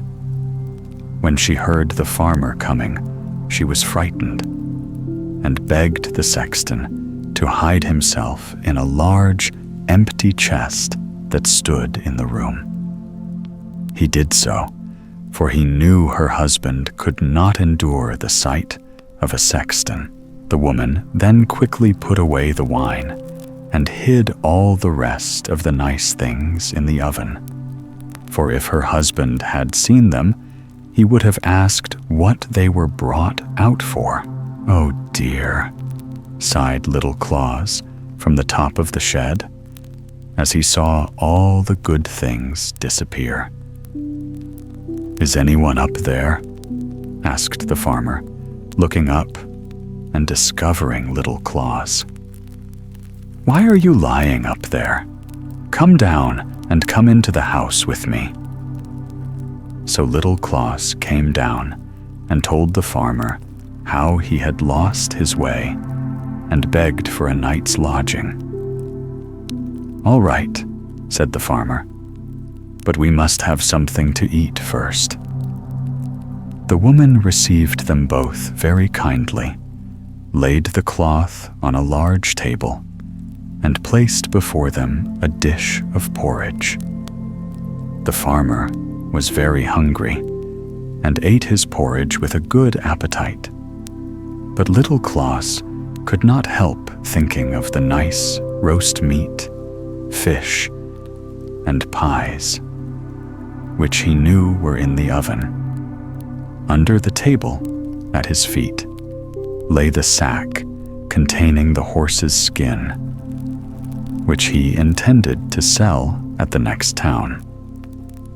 Now little Claus did not relish the porridge at all, so he trod with his foot on the sack under the table, and the dry skin squeaked quite loud. "Hush," said little Claus to his sack, at the same time treading upon it again, till it squeaked louder than before. "Hello, what have you got in your sack?" asked the farmer. "Oh, it is a conjurer," said little Claus, "and he says we need not eat porridge, for he has conjured the oven full of roast meat, fish, and pie." "Wonderful!" cried the farmer, starting up and opening the oven door. And there lay all the nice things hidden by the farmer's wife, but which he supposed had been conjured there by the wizard under the table. The woman dared not say anything, so she placed the things before them, and they both ate of the fish, the meat, and the pastry. Then little Claus trod again upon his sack, and it squeaked as before. "What does he say now?" asked the farmer. "He says," replied little Claus, "that there are 3 bottles of wine for us standing in the corner by the oven." So the woman was obliged to bring out the wine also, which she had hidden, and the farmer drank it till he became quite merry. He would have liked such a conjurer as little Claus carried in his sack. "Could he conjure up the evil one?" asked the farmer. "I should like to see him now, while I am so merry." "Oh, yes," replied little Claus. "My conjurer can do anything I ask him. Can you not?" he asked, treading at the same time on the sack till it squeaked. "Do you hear?" He answers, "Yes," but he fears that we shall not like to look at him. "Oh, I am not afraid." "What will he be like?" "Well, he is very much like a sexton." "Ha," said the farmer. "Then he must be ugly. Do you know, I cannot endure the sight of a sexton. However, that doesn't matter. I shall know who it is, so I shall not mind. Now then, I have got up my courage, but don't let him come too near me." "Stop, I must ask the conjurer," said little Claus. So he trod on the bag and stooped his ear down to listen. What does he say? "He says that you must go and open that large chest which stands in the corner, and you will see the evil one crouching down inside. But you must hold the lid firmly, that he may not slip out. Will you come and help me hold it?" said the farmer, going towards the chest in which his wife had hidden the sexton, who now lay inside, very much frightened. The farmer opened the lid a very little way and peeped in. "Oh," cried he, springing backwards, "I saw him, and he is exactly like our sexton. How dreadful it is!" So after that, he was obliged to drink again, and they sat and drank till far into the night. "You must sell your conjurer to me," said the farmer. "Ask as much as you like, I will pay it. Indeed, I would give you directly a whole bushel of gold." "No, indeed, I cannot," said little Claus. "Only think how much profit I could make out of this conjurer." "But I should like to have him," said the fanner, still continuing his entreaties. "Well," said little Claus at length, "you have been so good as to give me a night's lodging. I will not refuse you. You shall have the conjurer for a bushel of money, but I will have quite full measure." "So you shall," said the farmer, "but you must take away the chest as well. I would not have it in the house another hour. There is no knowing if he may not be still there." So little Claus gave the farmer the sack containing the dried horse's skin, and received in exchange a bushel of money, full measure. The farmer also gave him a wheelbarrow on which to carry away the chest and the gold. "Farewell," said little Claus as he went off with his money and the great chest, in which the sexton lay still concealed. On one side of the forest was a broad, deep river. The water flowed so rapidly that very few were able to swim against the stream. A new bridge had lately been built across it, and in the middle of this bridge, little Claus stopped and said, loud enough to be heard by the sexton, "Now what shall I do with this stupid chest? It is as heavy as if it were full of stones. I shall be tired if I roll it any farther, so I may as well throw it in the river. If it swims after me to my house, well and good, and if not, it will not much matter." So he seized the chest in his hand and lifted it up a little, as if he were going to throw it into the water. "No, leave it alone," cried the sexton from within the chest. "Let me out first." "Oh," exclaimed little Claus, pretending to be frightened. "He is in there still, is he? I must throw him into the river, that he may be drowned." "Oh, no! Oh, no!" cried the sexton. "I will give you a whole bushel full of money if you will let me go." "Why, that is another matter," said little Claus, opening the chest. The sexton crept out, pushed the empty chest into the water, and went to his house. Then he measured out a whole bushel full of gold for little Claus, who had already received one from the farmer, so that now he had a barrow full. "I have been well paid for my horse," said he to himself when he reached home, entered his own room, and emptied all his money into a heap on the floor. How vexed Great Claus will be when he finds out how rich I have become all through my one horse. But I shall not tell him exactly how it all happened. Then he sent a boy to Great Claus to borrow a bushel measure. "What can he want it for?" thought Great Claus. So he smeared the bottom of the measure with tar, that some of whatever was put into it might stick there and remain. And so it happened. For when the measure returned, 3 new silver florins were sticking to it. "What does this mean?" said Great Claus.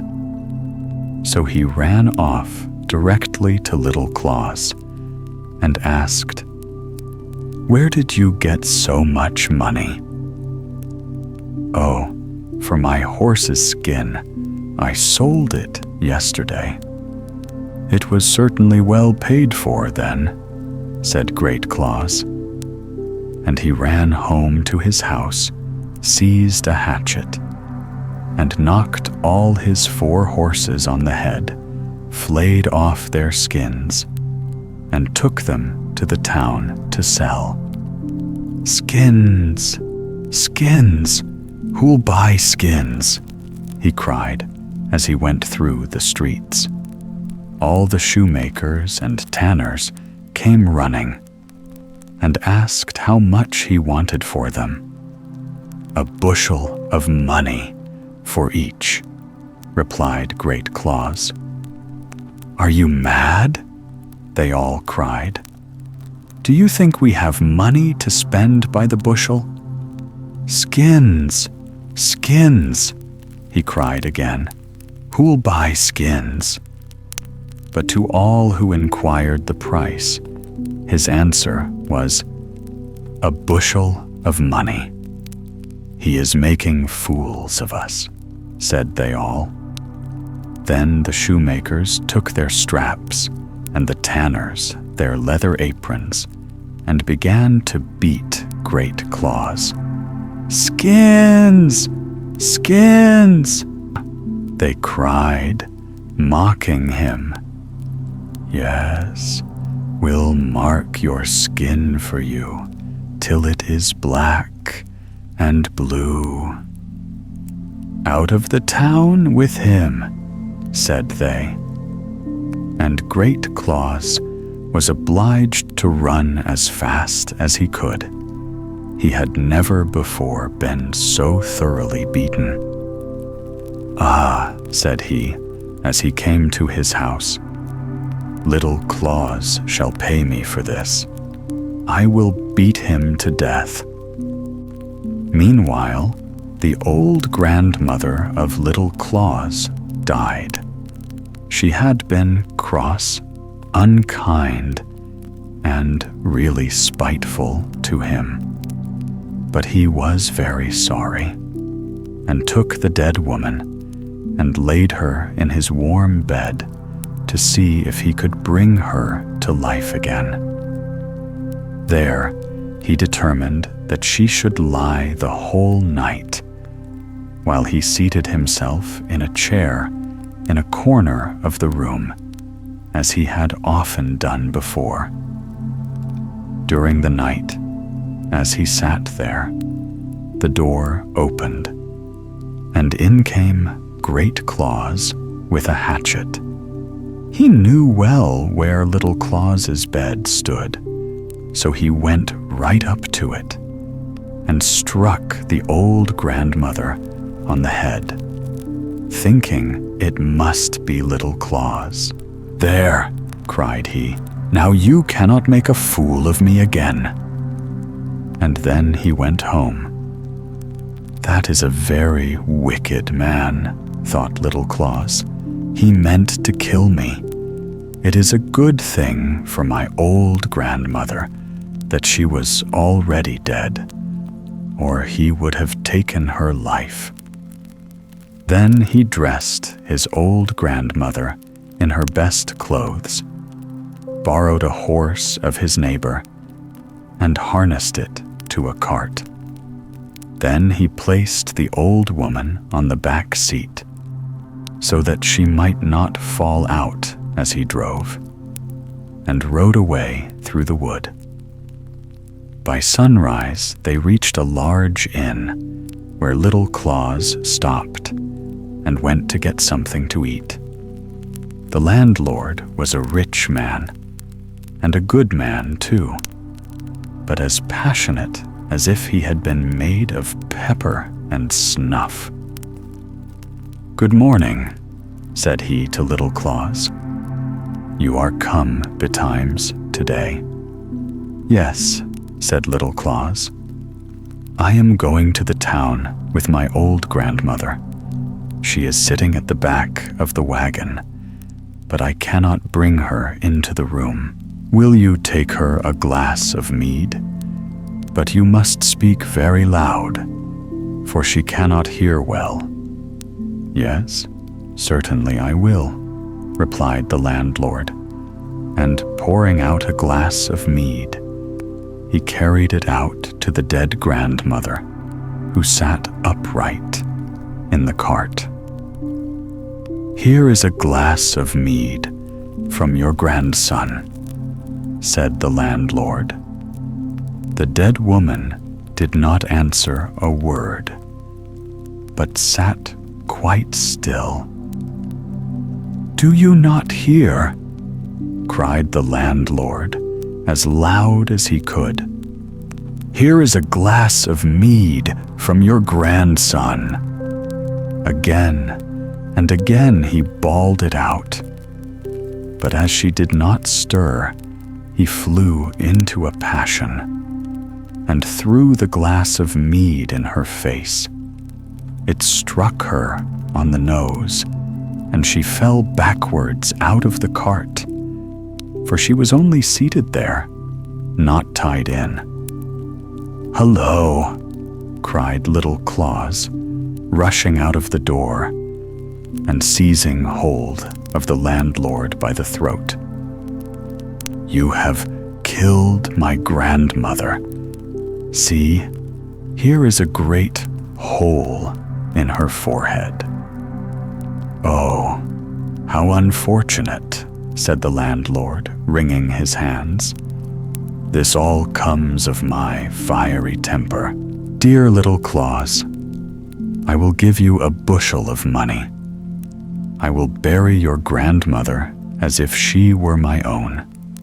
Only keep silent, or else they will cut off my head, and that would be disagreeable." So it happened that Little Claus received another bushel of money, and the landlord buried his old grandmother as if she had been his own. When Little Claus reached home again, he immediately sent a boy to Great Claus, requesting him to lend him a bushel measure. "How is this?" thought Great Claus. Did I not kill him? I must go and see for myself."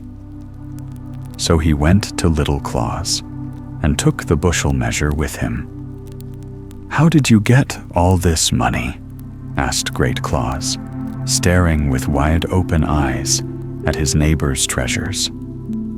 "You killed my grandmother instead of me," said Little Claus. "So I have sold her for a bushel of money. That is a good price, at all events," said Great Claus. So he went home, took a hatchet, and killed his old grandmother with one blow. Then he placed her on a cart and drove into the town to the apothecary and asked him if he would buy a dead body. "Whose is it? And where did you get it?" asked the apothecary. "It is my grandmother," he replied. "I killed her with a blow that I might get a bushel of money for her." "Heaven preserve us," cried the apothecary. "You are out of your mind. Don't say such things, or you will lose your head." And then he talked to him seriously about the wicked deed he had done, and told him that such a wicked man would surely be punished. Great Claus got so frightened that he rushed out of the surgery, jumped into the cart, whipped up his horses, and drove home quickly. The apothecary and all the people thought him mad and let him drive where he liked. "You shall pay for this," said Great Claus, as soon as he got into the high road. "That you shall, Little Claus." So as soon as he reached home, he took the largest sack he could find and went over to Little Claus. "You have played me another trick," said he.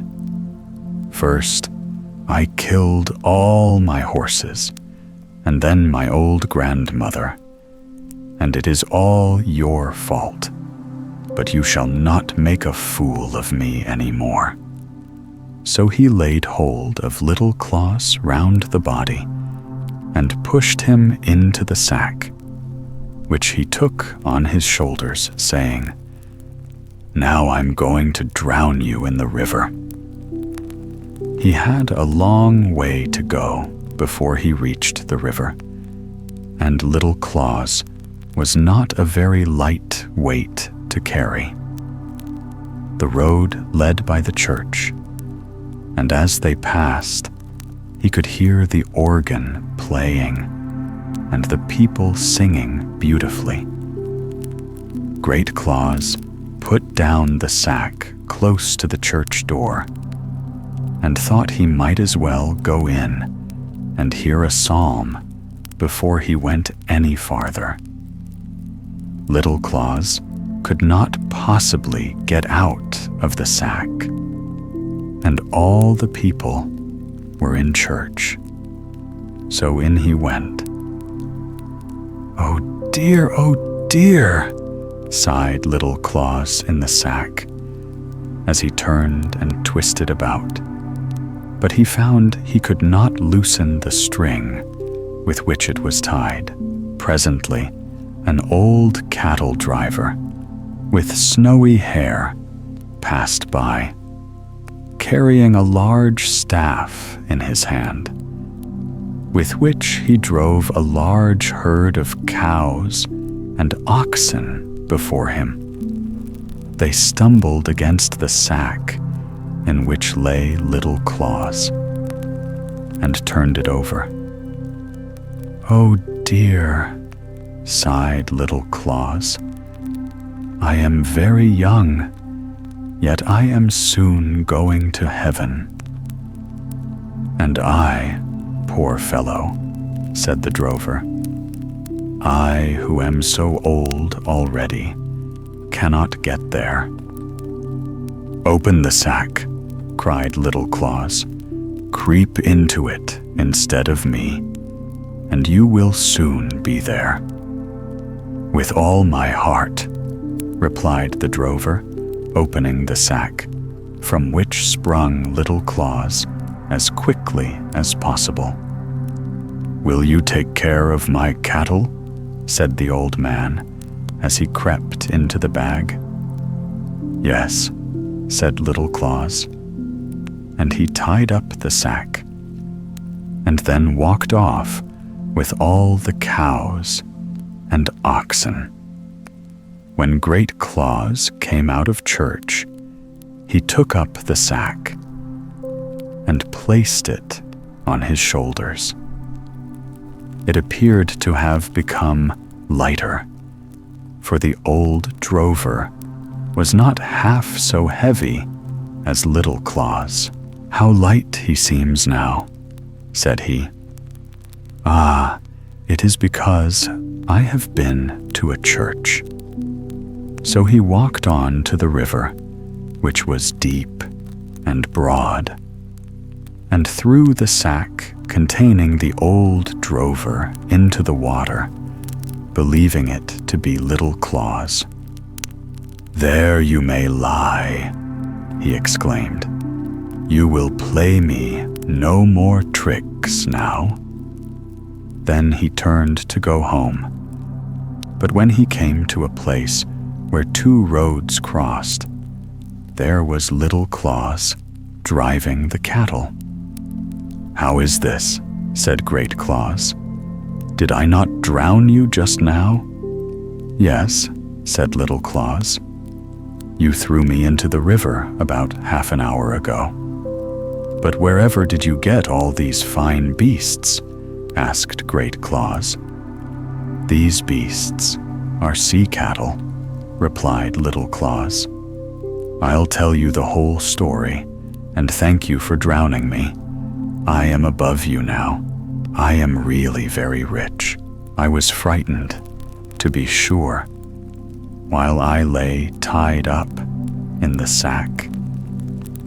And the wind whistled in my ears when you threw me into the river from the bridge, and I sank to the bottom immediately.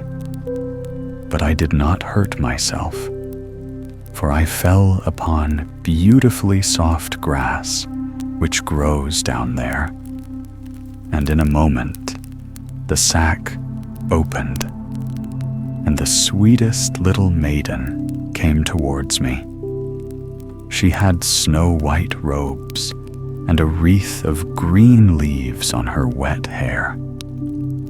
She took me by the hand and said, "So you are come, little Claus? And here are some cattle for you to begin with. About a mile farther on the road, there is another herd for you." Then I saw that the river formed a great highway for the people who live in the sea. They were walking and driving here and there from the sea to the land at the spot where the river terminates. The bed of the river was covered with the loveliest flowers and sweet, fresh grass. The fish swam past me as rapidly as the birds do here in the air. How handsome all the people were, and what fine cattle were grazing on the hills and in the valleys. "But why did you come up again?" said Great Claus. "If it was all so beautiful down there, I should not have done so?" "Well," said little Claus, "it was good policy on my part. You heard me say just now that I was told by the sea maiden to go a mile farther on the road, and I should find a whole herd of cattle. By the road, she meant the river, for she could not travel any other way. But I knew the winding of the river, and how it bends, sometimes to the right and sometimes to the left. and it seemed a long way. So I chose a shorter one, and by coming up to the land, and then driving across the fields back again to the river, I shall save half a mile and get all my cattle more quickly." "What a lucky fellow you are," exclaimed Great Claus. "Do you think I should get any sea cattle if I went down to the bottom of the river?" "Yes, I think so," said Little Claus. "But I cannot carry you there in a sack. You are too heavy. However, if you will go there first and then creep into a sack, I will throw you in with the greatest pleasure." "Thank you," said Great Claus. "But remember, if I do not get any sea cattle down there, I shall come up again and give you a good thrashing." "No, now don't be too fierce about it," said Little Claus as they walked on towards the river. When they approached it, the cattle, who were very thirsty, saw the stream and ran down to drink. "See what a hurry they are in," said Little Claus. "They are longing to get down again." "Come, help me. Make haste," said Great Claus, "or you'll get beaten." So he crept into a large sack, which had been lying across the back of one of the oxen. "Put in a stone," said Great Claus, "or I may not sink." "Oh, there's not much fear of that," he replied. Still, he put a large stone into the bag and then tied it tightly and gave it a push. Plump! In went Great Claus and immediately sank to the bottom of the river. "I'm afraid he will not find any cattle," said Little Claus, and then he drove his own beasts homewards. The Princess and the Pea. Once upon a time, in a faraway kingdom surrounded by mountains and meadows, there lived a young prince who longed to marry a princess. But not just any princess. She had to be a real one, born of grace and truth, whose heart was as noble as her crown. He set out upon a grand journey to find her, traveling across seas and forests, through bustling cities and quiet valleys, visiting courts where music played and laughter filled the air. Many princesses he met indeed, some dazzling with jewels, some gentle in speech, yet none seemed quite right. There was always something a little off, a shadow behind their smiles, or a note of vanity in their words. "Perhaps I ask too much," he would whisper to himself. Yet deep inside, he knew he sought not perfection, but authenticity. And so, after many months of wandering, he returned home weary and heartsick. For though the world was vast, he had not found what he so desired.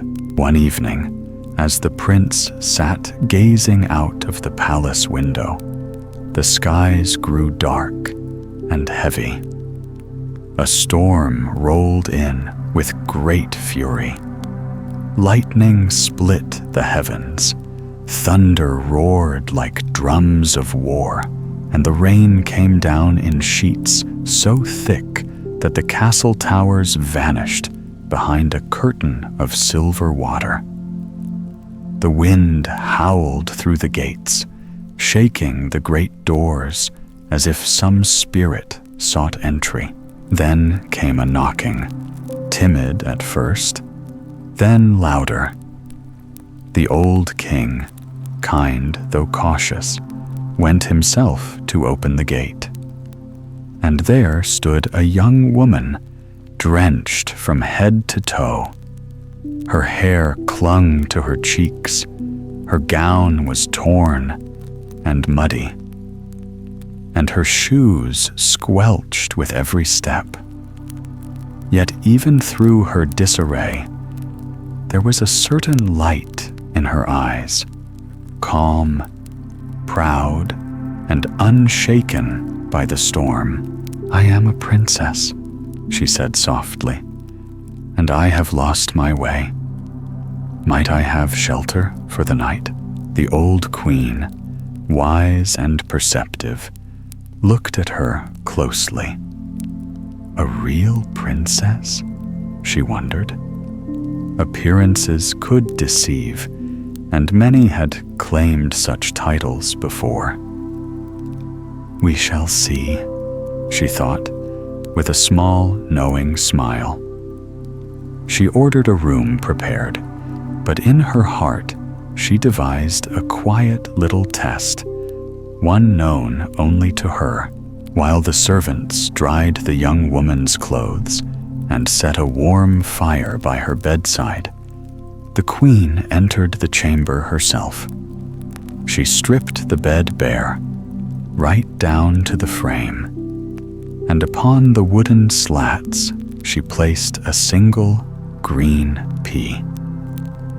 Then she called for 20 mattresses to be stacked high, one upon another, soft as clouds. And on top of them, she laid 20 feather beds, so thick and downy that they seemed fit for dreams themselves. "Let us see," she murmured, "if she truly has the delicacy of royal blood." That night, the princess climbed the towering bed with the help of a small ladder. She thanked the servants politely, lay down, and closed her eyes as the rain still whispered against the windows. When morning came, the queen entered the room and greeted her guest with a smile. "Did you rest well, my dear?" "Oh, not at all," the princess exclaimed, rubbing her eyes. "I scarcely slept a wink. Something hard was pressing beneath me all night. I'm sure of it. My body aches as if I had lain upon stones. What could possibly be in that bed?" The queen's eyes sparkled. "Indeed," she thought, "only a true princess could feel a pea through 20 mattresses and 20 feather beds." For such delicate sensitivity could come only from one raised in gentleness, in a heart attuned to the slightest discomfort of the world. The prince was overjoyed.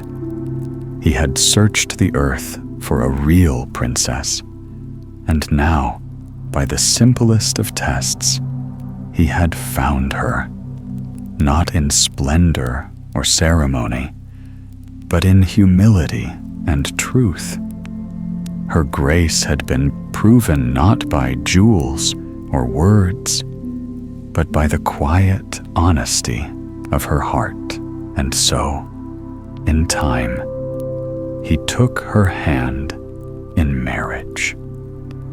Bells rang throughout the kingdom, and the people rejoiced, for the prince had found the one who was truly his equal. As for the little pea, it was carefully placed in a crystal case and set in the Royal Museum, where it can still be seen to this very day. Unless, of course, someone has stolen it. And that, dear reader, is a true story. As true as the feeling of a pea beneath 20 mattresses, and the tenderness of a heart that can still feel what others cannot. Little Ida's flowers. My poor flowers are quite dead, said little Ida. They were so pretty yesterday evening, and now all the leaves are hanging down quite withered. What do they do that for? She asked of the student who sat on the sofa. She liked him very much. He could tell the most amusing stories and cut out the prettiest pictures. Hearts and ladies dancing, castles with doors that opened, as well as flowers. He was a delightful student. Why do the flowers look so faded today? She asked again, and pointed to her nosegay, which was quite withered. Don't you know what is the matter with them? Said the student. The flowers were at a ball last night, and therefore it is no wonder they hang their heads. But flowers cannot dance? Cried little Ida.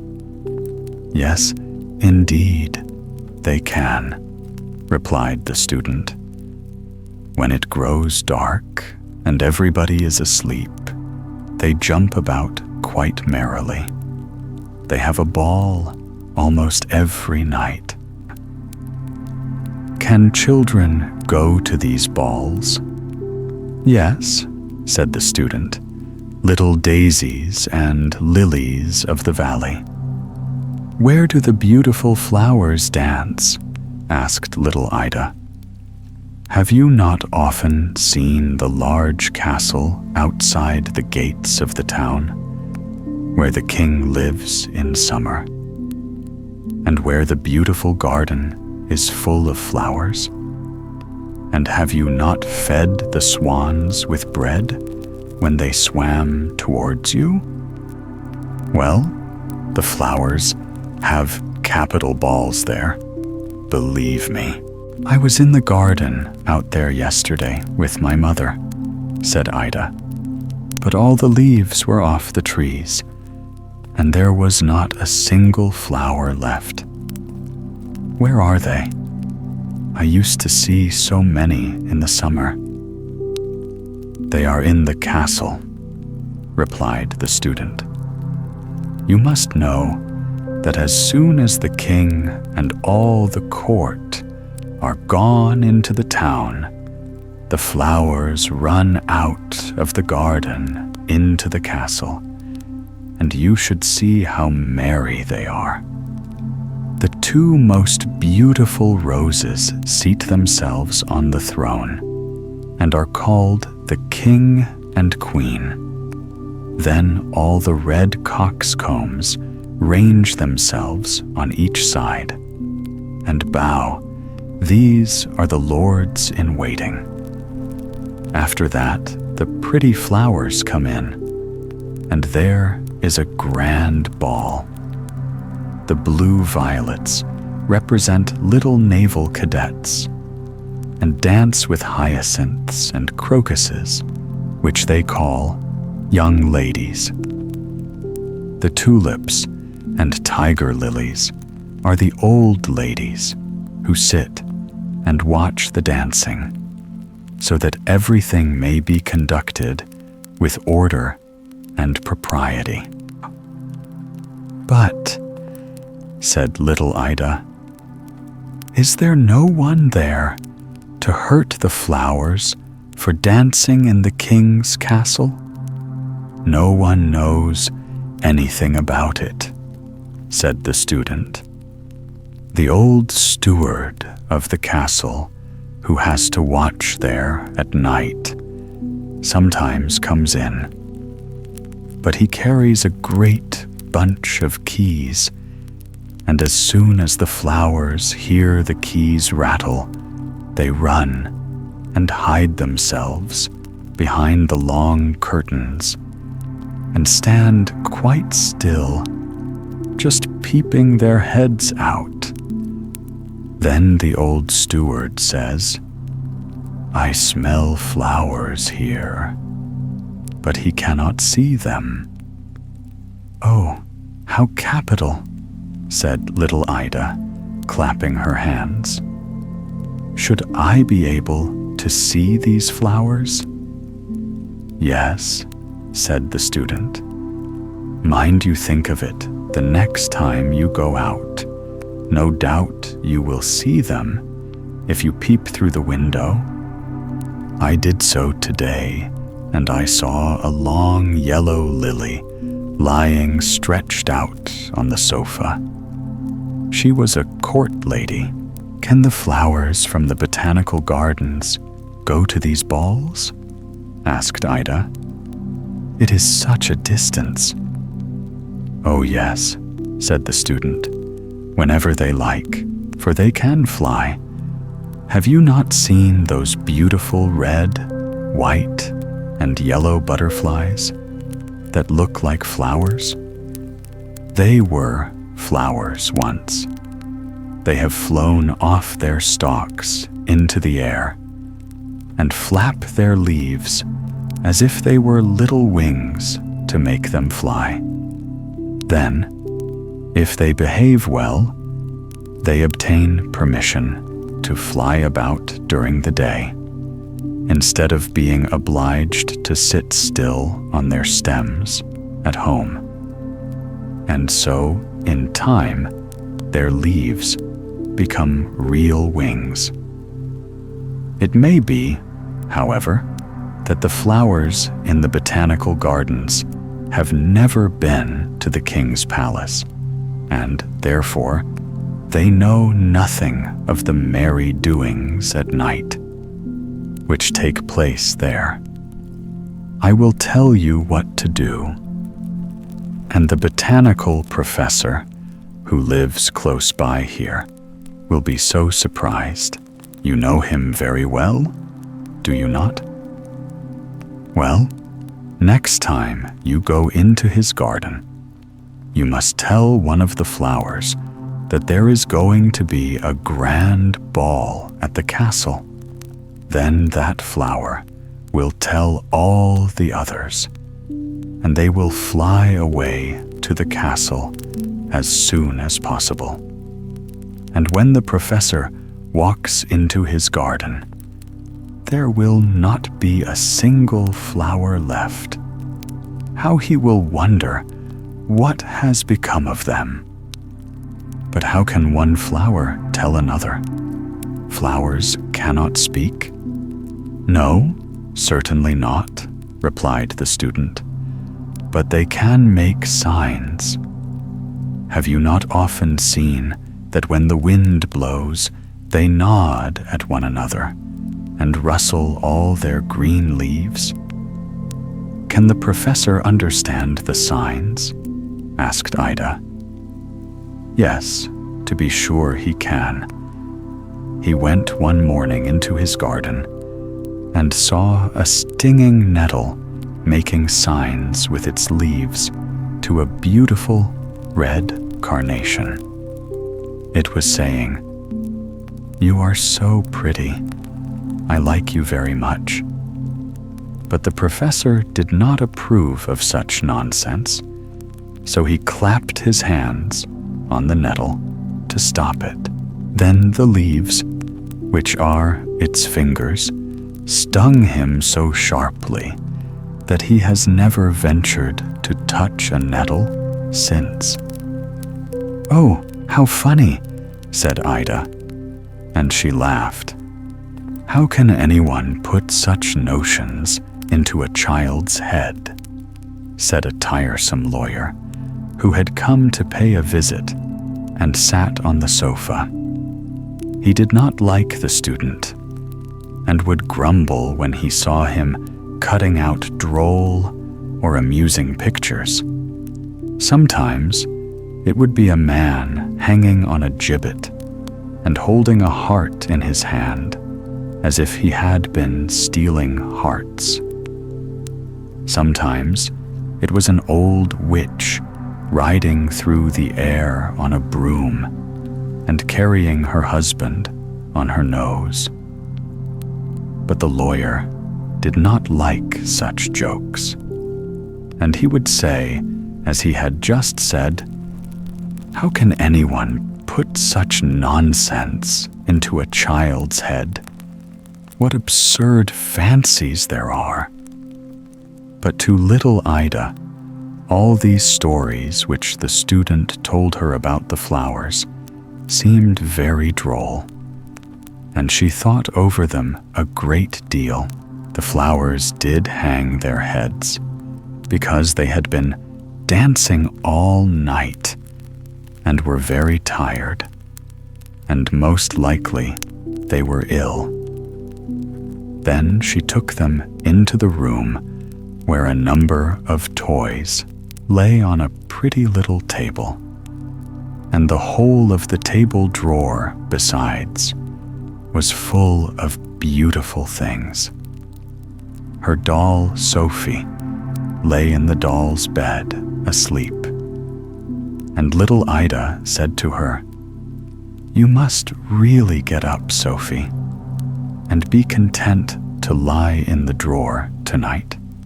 The poor flowers are ill, and they must lie in your bed. Then perhaps they will get well again." So she took the doll out, who looked quite cross, and said not a single word, for she was angry at being turned out of her bed. Ida placed the flowers in the doll's bed and drew the quilt over them. Then she told them to lie quite still and be good, while she made some tea for them, so that they might be quite well and able to get up the next morning. And she drew the curtains close round the little bed, so that the sun might not shine in their eyes.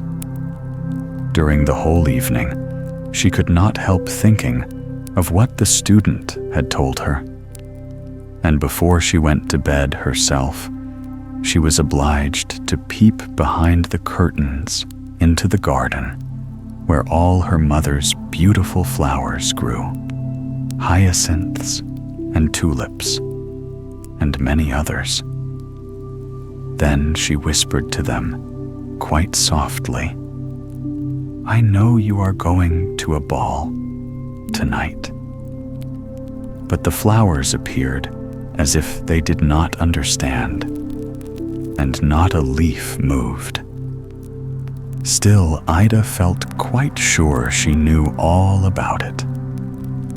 She lay awake a long time after she was in bed, thinking how pretty it must be to see all the beautiful flowers dancing in the king's garden. "I wonder if my flowers have really been there," she said to herself, and then she fell asleep. In the night, she awoke. She had been dreaming of the flowers and of the student, as well as of the tiresome lawyer who found fault with him. It was quite still in Ida's bedroom. The night lamp burnt on the table, and her father and mother were asleep. "I wonder if my flowers are still lying in Sophie's bed," she thought to herself. "How much I should like to know." She raised herself a little and glanced at the door of the room where all her flowers and playthings lay. It was partly open, and as she listened, it seemed as if someone in the room was playing the piano, but softly and more prettily than she had ever before heard it. "Now, all the flowers are certainly dancing in there," she thought. "Oh, how much I should like to see them." But she did not dare move for fear of disturbing her father and mother. "If they would only come in here," she thought. But they did not come, and the music continued to play so beautifully and was so pretty that she could resist no longer. She crept out of her little bed, went softly to the door, and looked into the room. Oh, what a splendid sight there was, to be sure. There was no night lamp burning, but the room appeared quite light, for the moon shone through the window upon the floor and made it almost like day. All the hyacinths and tulips stood in 2 long rows down the room. Not a single flower remained in the window, and the flower pots were all empty. The flowers were dancing gracefully on the floor, making turns and holding each other by their long green leaves as they swung round. At the piano sat a large yellow lily, which little Ida was sure she had seen in the summer, for she remembered the student saying she was very much like Miss Lena, one of Ida's friends. They all laughed at him then, but now it seemed to little Ida as if the tall, yellow flower was really like the young lady. She had just the same manners while playing, bending her long yellow face from side to side and nodding in time to the beautiful music. Then she saw a large purple crocus jump into the middle of the table where the playthings stood, go up to the doll's bedstead, and draw back the curtains. There lay the sick flowers, but they got up directly and nodded to the others as a sign that they wished to dance with them. The old, rough doll with the broken mouth stood up and bowed to the pretty flowers. They did not look ill at all now, but jumped about and were very merry. Yet none of them noticed little Ida. Presently, it seemed as if something fell from the table. Ida looked that way and saw a slight carnival rod jumping down among the flowers as if it belonged to them. It was, however, very smooth and neat, and a little wax doll with a broad-brimmed hat on her head, like the one worn by the lawyer, sat upon it. The carnival rod hopped about among the flowers on its 3 red stilted feet and stamped quite loud when it danced the mazurka. The flowers could not perform this dance. They were too light to stamp in that manner. All at once, the wax doll which rode on the carnival rod seemed to grow larger and taller, and it turned round and said to the paper flowers, "How can you put such things in a child's head? They are all foolish fancies." And then the doll was exactly like the lawyer with the broad-brimmed hat, and looked as yellow and as cross as he did. But the paper dolls struck him on his thin legs, and he shrunk up again and became quite a little wax doll. This was very amusing, and Ida could not help laughing. The carnival rod went on dancing, and the lawyer was obliged to dance also. It was no use.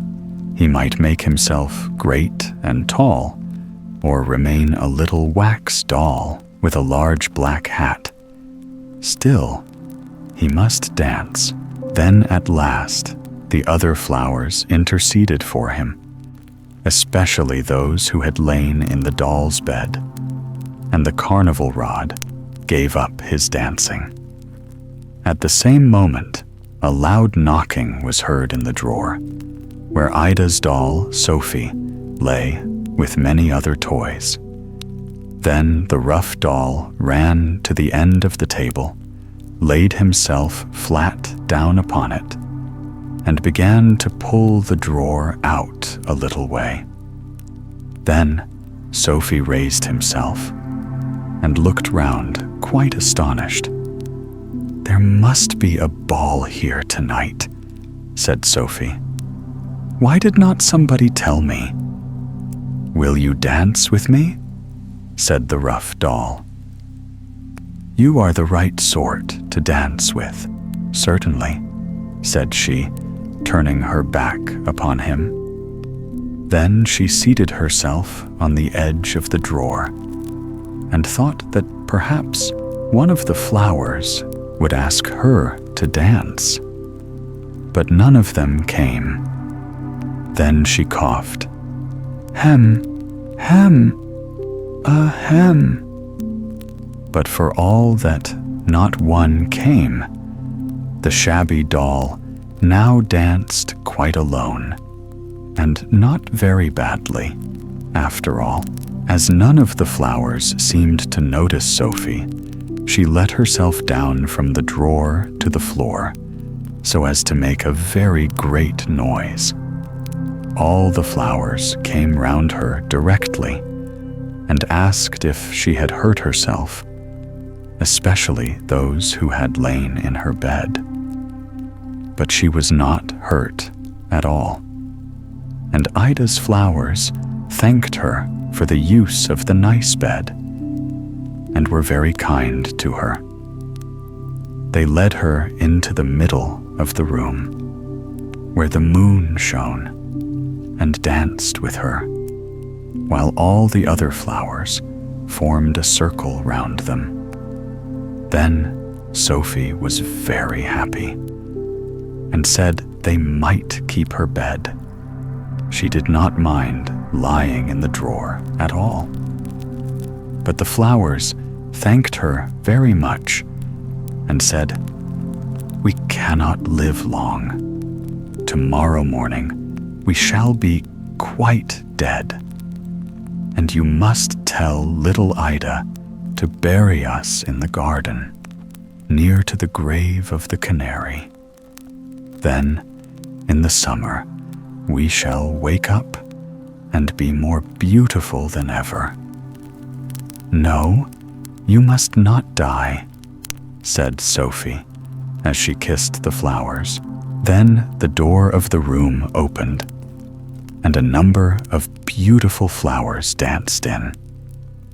Ida could not imagine where they could come from, unless they were the flowers from the king's garden.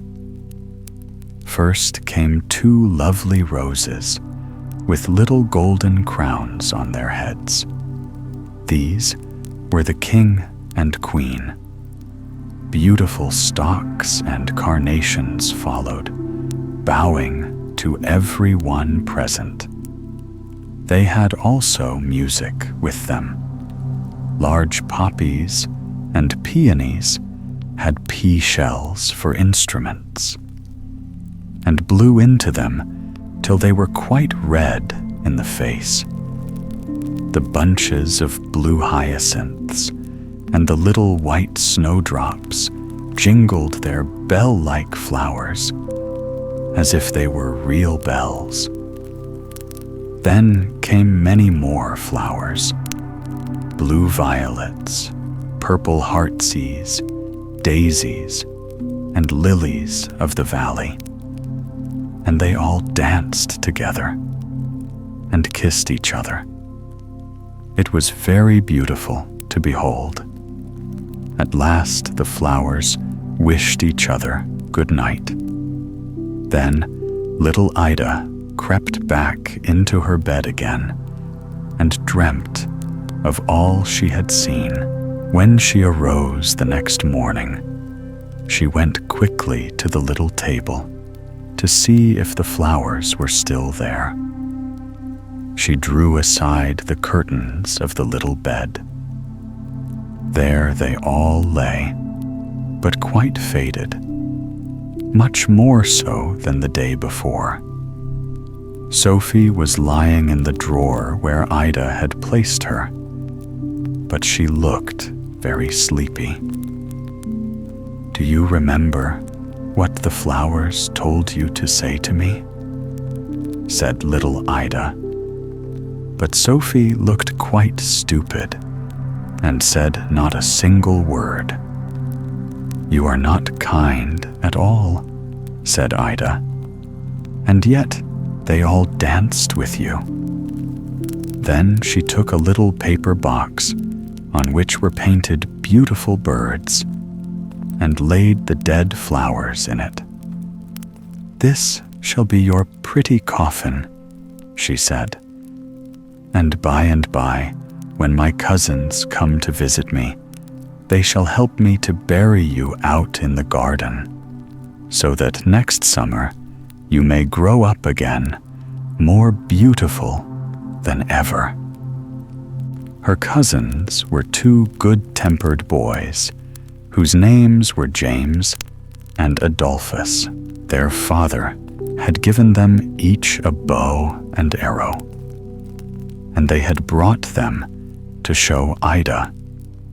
She told them about the poor flowers, which were dead, and as soon as they obtained permission, they went with her to bury them.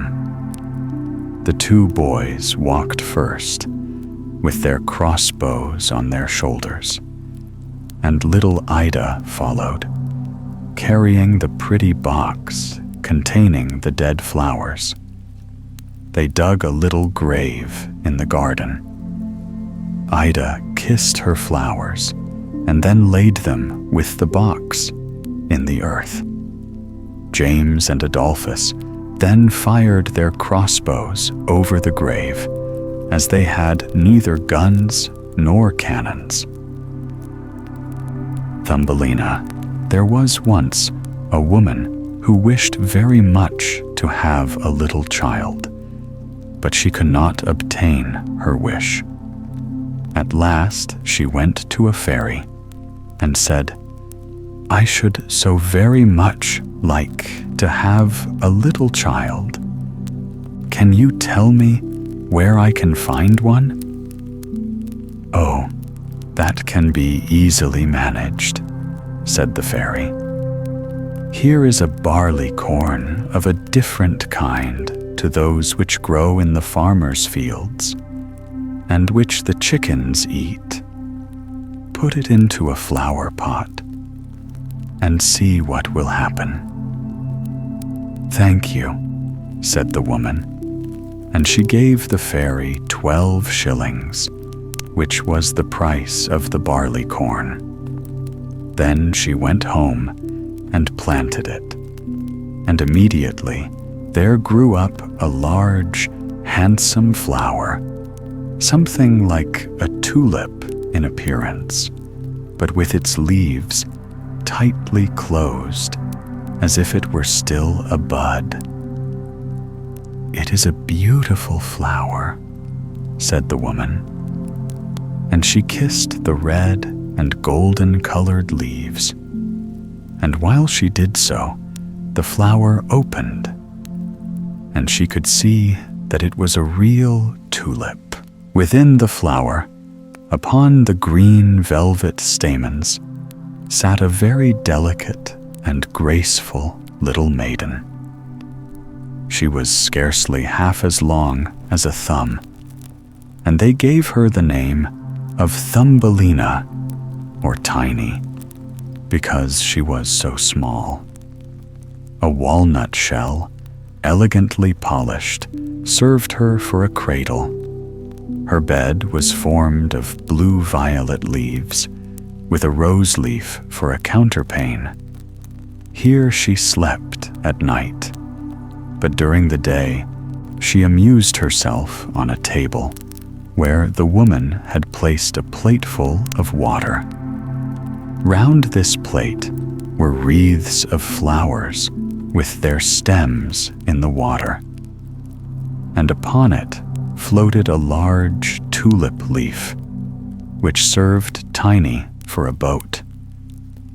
Here the little maiden sat and rowed herself from side to side with 2 oars made of white horsehair. It really was a very pretty sight. Tiny could also sing so softly and sweetly that nothing like her singing had ever before been heard. One night, while she lay in her pretty bed, a large, ugly, wet toad crept through a broken pane of glass in the window and leaped right upon the table where Tiny lay sleeping under her rose-leaf quilt. "What a pretty little wife this would make for my son," said the toad. And she took up the walnut shell in which little Tiny lay asleep and jumped through the window with it into the garden.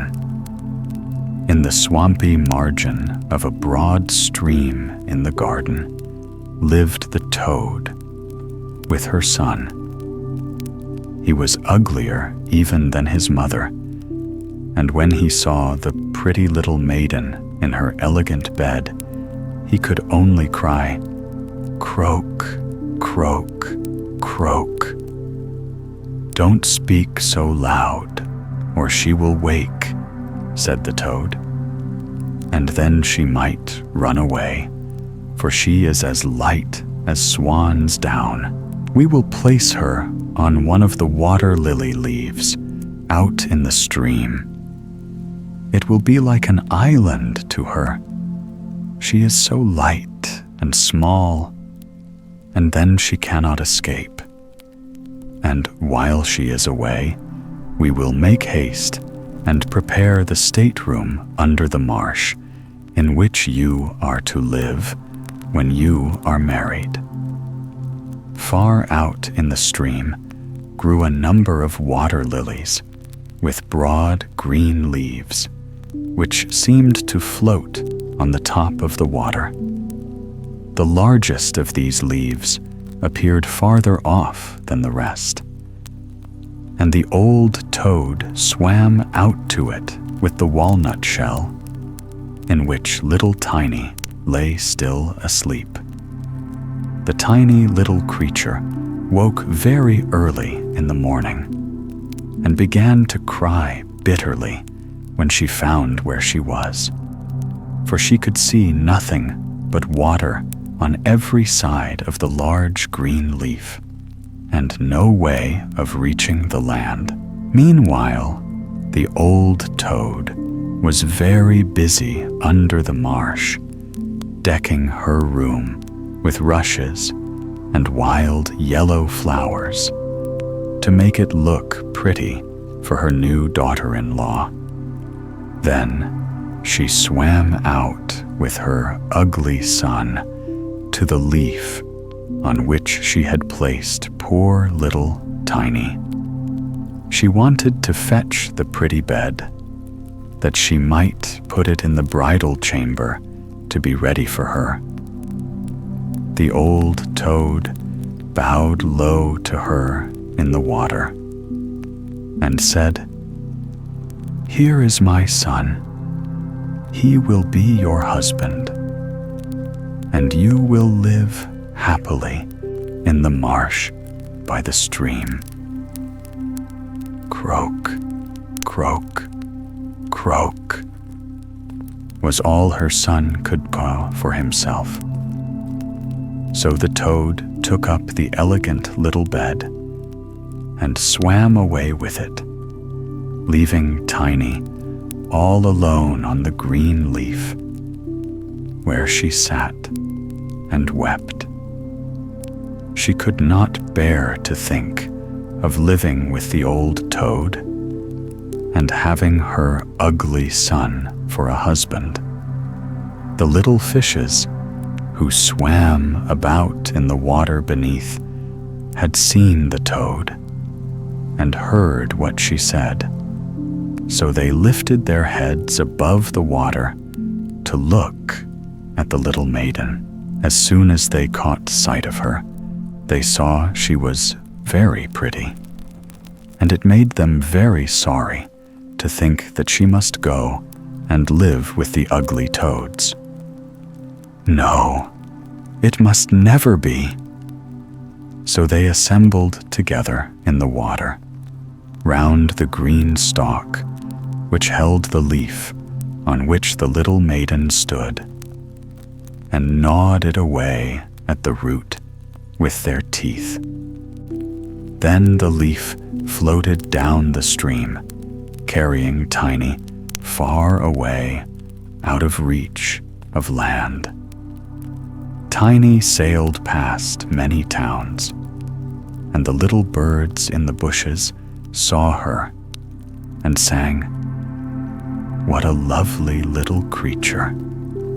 So the leaf swam away with her farther and farther, till it brought her to other lands. A graceful little white butterfly constantly fluttered round her, and at last alighted on the leaf. Tiny pleased him, and she was glad of it, for now the toad could not possibly reach her, and the country through which she sailed was beautiful, and the sun shone upon the water till it glittered like liquid gold. She took off her girdle and tied one end of it round the butterfly, and the other end of the ribbon she fastened to the leaf, which now glided on much faster than ever, taking little Tiny with it as she stood. Presently, a large cockchafer flew by. The moment he caught sight of her, he seized her round her delicate waist with his claws and flew with her into a tree. The green leaf floated away on the brook, and the butterfly flew with it, for he was fastened to it and could not get away. Oh, how frightened little Tiny felt when the cockchafer flew with her to the tree. But especially was she sorry for the beautiful white butterfly which she had fastened to the leaf, for if he could not free himself, he would die of hunger. But the cockchafer did not trouble himself at all about the matter. He seated himself by her side on a large green leaf, gave her some honey from the flowers to eat, and told her she was very pretty, though not in the least like a cockchafer. After a time, all the cockchafers turned up their feelers and said, "She has only 2 legs. How ugly that looks." "She has no feelers," said another. "Her waist is quite slim. Pooh, she is like a human being." "Oh, she is ugly," said all the lady cockchafers, although Tiny was very pretty. Then the cockchafer who had run away with her believed all the others when they said she was ugly, and would have nothing more to say to her, and told her she might go where she liked. Then he flew down with her from the tree and placed her on a daisy, and she wept at the thought that she was so ugly that even the cockchafers would have nothing to say to her. And all the while, she was really the loveliest creature that one could imagine, and as tender and delicate as a beautiful rose leaf. During the whole summer, poor little Tiny lived quite alone in the wide forest. She wove herself a bed with blades of grass and hung it up under a broad leaf to protect herself from the rain. She sucked the honey from the flowers for food and drank the dew from their leaves every morning. So passed away the summer and the autumn, and then came the winter, the long, cold winter. All the birds who had sung to her so sweetly were flown away, and the trees and the flowers had withered. The large clover leaf under the shelter of which she had lived was now rolled together and shriveled up. Nothing remained but a yellow, withered stalk. She felt dreadfully cold, for her clothes were torn, and she was herself so frail and delicate that poor little Tiny was nearly frozen to death. It began to snow too, and the snowflakes, as they fell upon her, were like a whole shovelful falling upon one of us. For we are tall, but she was only an inch high. Then she wrapped herself up in a dry leaf, but it cracked in the middle and could not keep her warm, and she shivered with cold. Near the wood in which she had been living lay a cornfield, but the corn had been cut a long time. Nothing remained but the bare, dry stubble standing up out of the frozen ground. It was to her like struggling through a large wood. Oh, how she shivered with the cold. She came at last to the door of a field mouse, who had a little den under the corn stubble. There dwelt the field mouse in warmth and comfort, with a whole roomful of corn, a kitchen, and a beautiful dining room.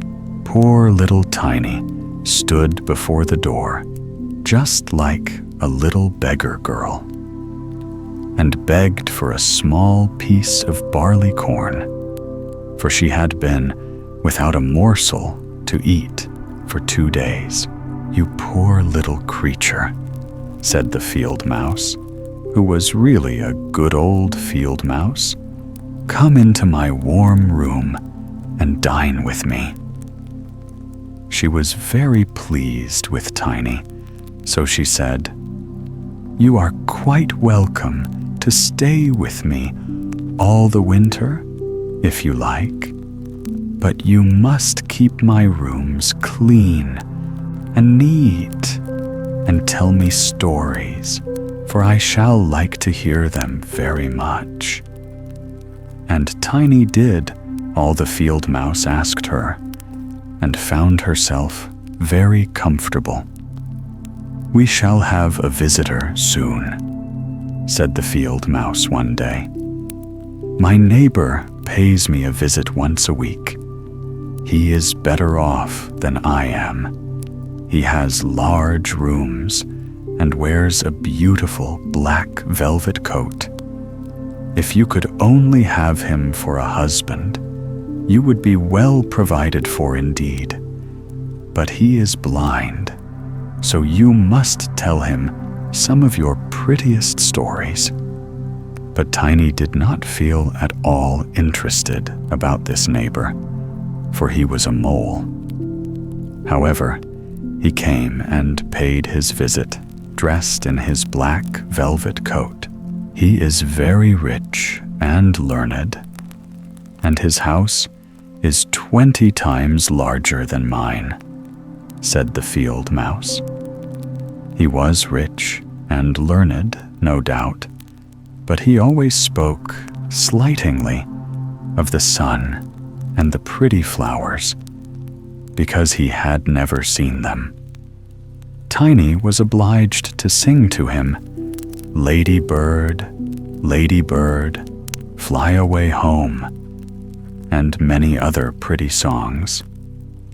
And the mole fell in love with her because she had such a sweet voice. But he said nothing yet, for he was very cautious. A short time before, the mole had dug a long passage under the earth, which led from the dwelling of the field mouse to his own. And here she had permission to walk with Tiny whenever she liked. But he warned them not to be alarmed at the sight of a dead bird which lay in the passage. It was a perfect bird, with a beak and feathers, and could not have been dead long, and was lying just where the mole had made his passage. The mole took a piece of phosphorescent wood in his mouth, and it glittered like fire in the dark. Then he went before them to light them through the long, dark passage. When they came to the spot where lay the dead bird, the mole pushed his broad nose through the ceiling. The earth gave way, so that there was a large hole, and the daylight shone into the passage. In the middle of the floor lay a dead swallow, his beautiful wings pulled close to his sides, his feet and his head drawn up under his feathers. The poor bird had evidently died of the cold. It made little Tiny very sad to see it. She did so love the little birds. All the summer they had sung and twittered for her so beautifully. But the mole pushed it aside with his crooked legs and said, "He will sing no more now. How miserable it must be to be born a little bird. I am thankful that none of my children will ever be birds, for they can do nothing but cry, tweet, tweet, and always die of hunger in the winter." "Yes, you may well say that, as a clever man," exclaimed the field mouse. "What is the use of his twittering? For when winter comes, he must either starve or be frozen to death. Still, birds are very high bred." Tiny said nothing, but when the two others had turned their backs on the bird, she stooped down and stroked aside the soft feathers which covered the head, and kissed the closed eyelids. "Perhaps this was the one who sang to me so sweetly in the summer," she said. "And how much pleasure it gave me, you dear pretty bird." The mole now stopped up the hole through which the daylight shone, and then accompanied the lady home. But during the night, Tiny could not sleep, so she got out of bed and wove a large, beautiful carpet of hay. Then she carried it to the dead bird and spread it over him, with some down from the flowers which she had found in the field mouse's room. It was as soft as wool, and she spread some of it on each side of the bird, so that he might lie warmly in the cold earth. "Farewell, you pretty little bird," said she. Farewell. Thank you for your delightful singing during the summer, when all the trees were green and the warm sun shone upon us." Then she laid her head on the bird's breast, but she was alarmed immediately, for it seemed as if something inside the bird went thump, thump. It was the bird's heart. He was not really dead, only benumbed with the cold, and the warmth had restored him to life. In autumn, all the swallows fly away into warm countries, but if one happens to linger, the cold seizes it. It becomes frozen and falls down as if dead. It remains where it fell, and the cold snow covers it. Tiny trembled very much. She was quite frightened, for the bird was large, a great deal larger than herself. She was only an inch high, but she took courage, laid the wool more thickly over the poor swallow, and then took a leaf which she had used for her own counterpane, and laid it over the head of the poor bird.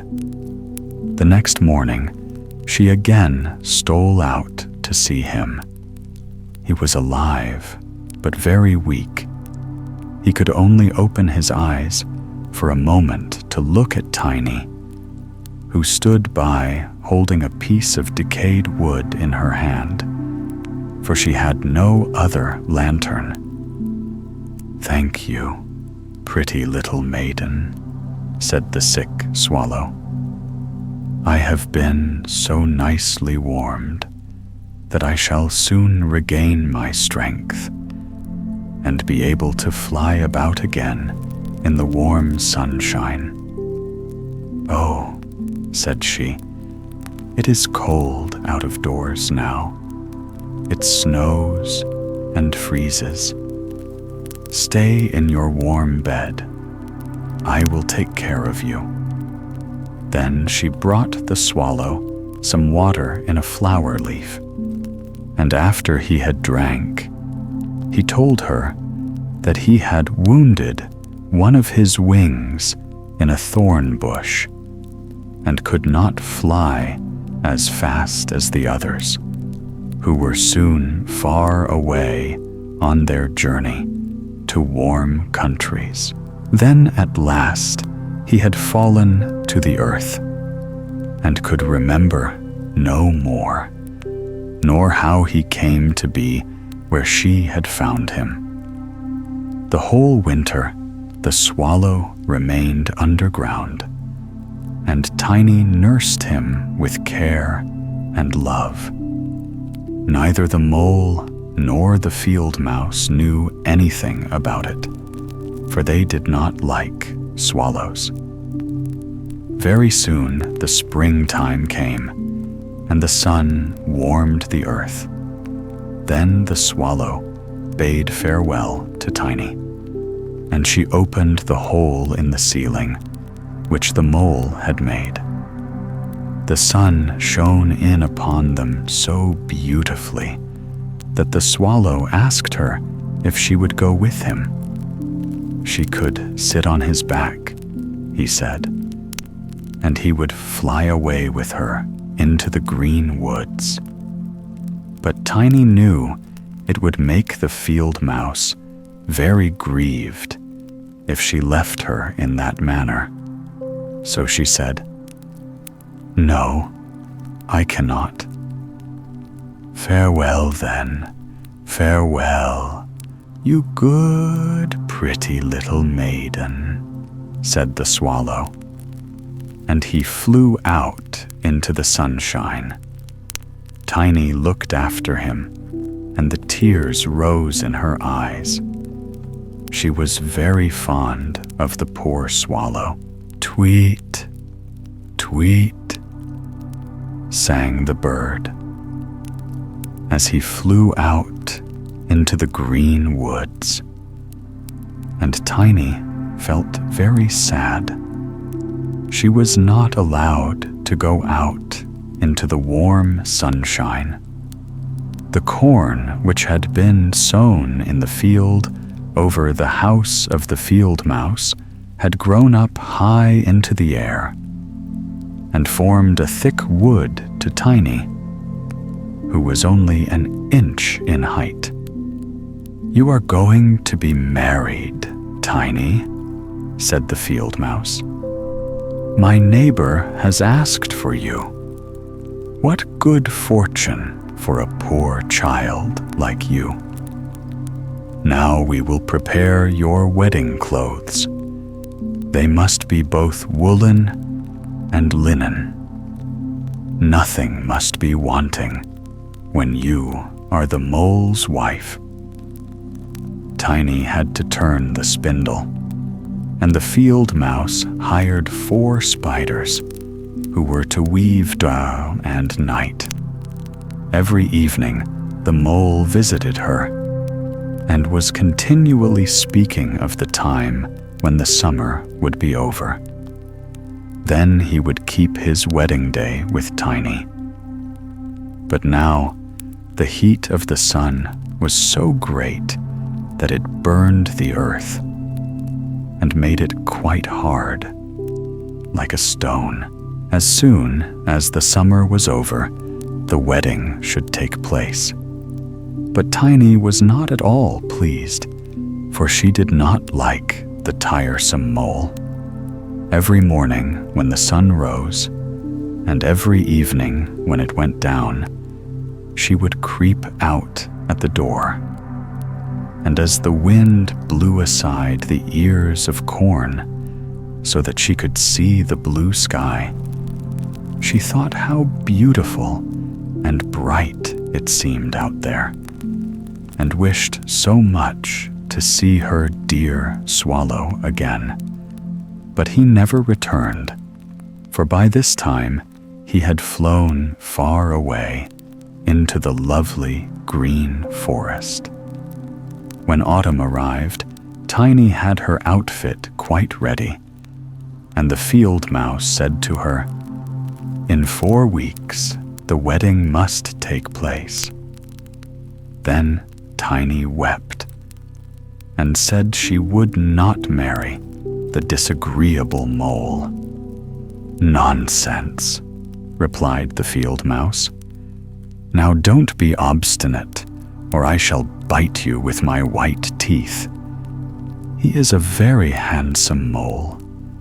The queen herself does not wear more beautiful velvets and furs.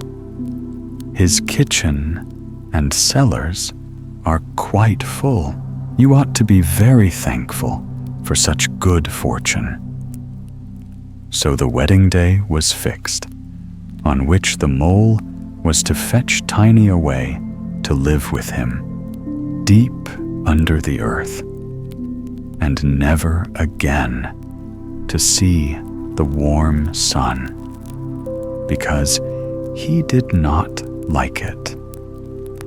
The poor child was very unhappy at the thought of saying farewell to the beautiful sun, and as the field mouse had given her permission to stand at the door, she went to look at it once more. "Farewell, bright sun," she cried, stretching out her arm towards it.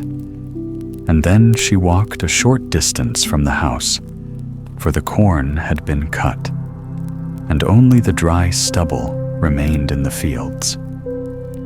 "Farewell, farewell," she repeated, twining her arm round a little red flower that grew just by her side.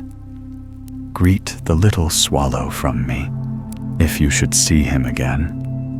Tweet, tweet, sounded over her head suddenly. She looked up, and there was the swallow himself flying close by. As soon as he spied Tiny, he was delighted. And then she told him how unwilling she felt to marry the ugly mole and to live always beneath the earth and never to see the bright sun anymore. And as she told him, she wept. "Cold winter is coming," said the swallow, "and I am going to fly away into warmer countries. Will you go with me? You can sit on my back and fasten yourself on with your sash. Then we can fly away from the ugly mole and his gloomy rooms, far away, over the mountains, into warmer countries, where the sun shines more brightly than here, where it is always summer, and the flowers bloom in greater beauty. Fly now with me, dear little Tiny. You saved my life when I lay frozen in that dark passage." "Yes, I will go with you," said Tiny.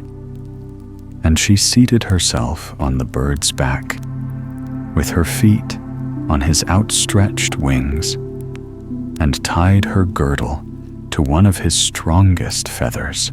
Then the swallow rose in the air and flew over forest and over sea, high above the highest mountains, covered with eternal snow. Tiny would have been frozen in the cold air, but she crept under the bird's warm feathers, keeping her little head uncovered so that she might admire the beautiful lands over which they passed. At length, they reached the warm countries, where the sun shines brightly, and the sky seems so much higher above the earth. Here, on the hedges and by the wayside, grew purple, green, and white grapes. Lemons and oranges hung from trees in the woods, and the air was fragrant with myrtles and orange blossoms. Beautiful children ran along the country lanes, playing with large, gay butterflies. And as the swallow flew farther and farther, every place appeared still more lovely.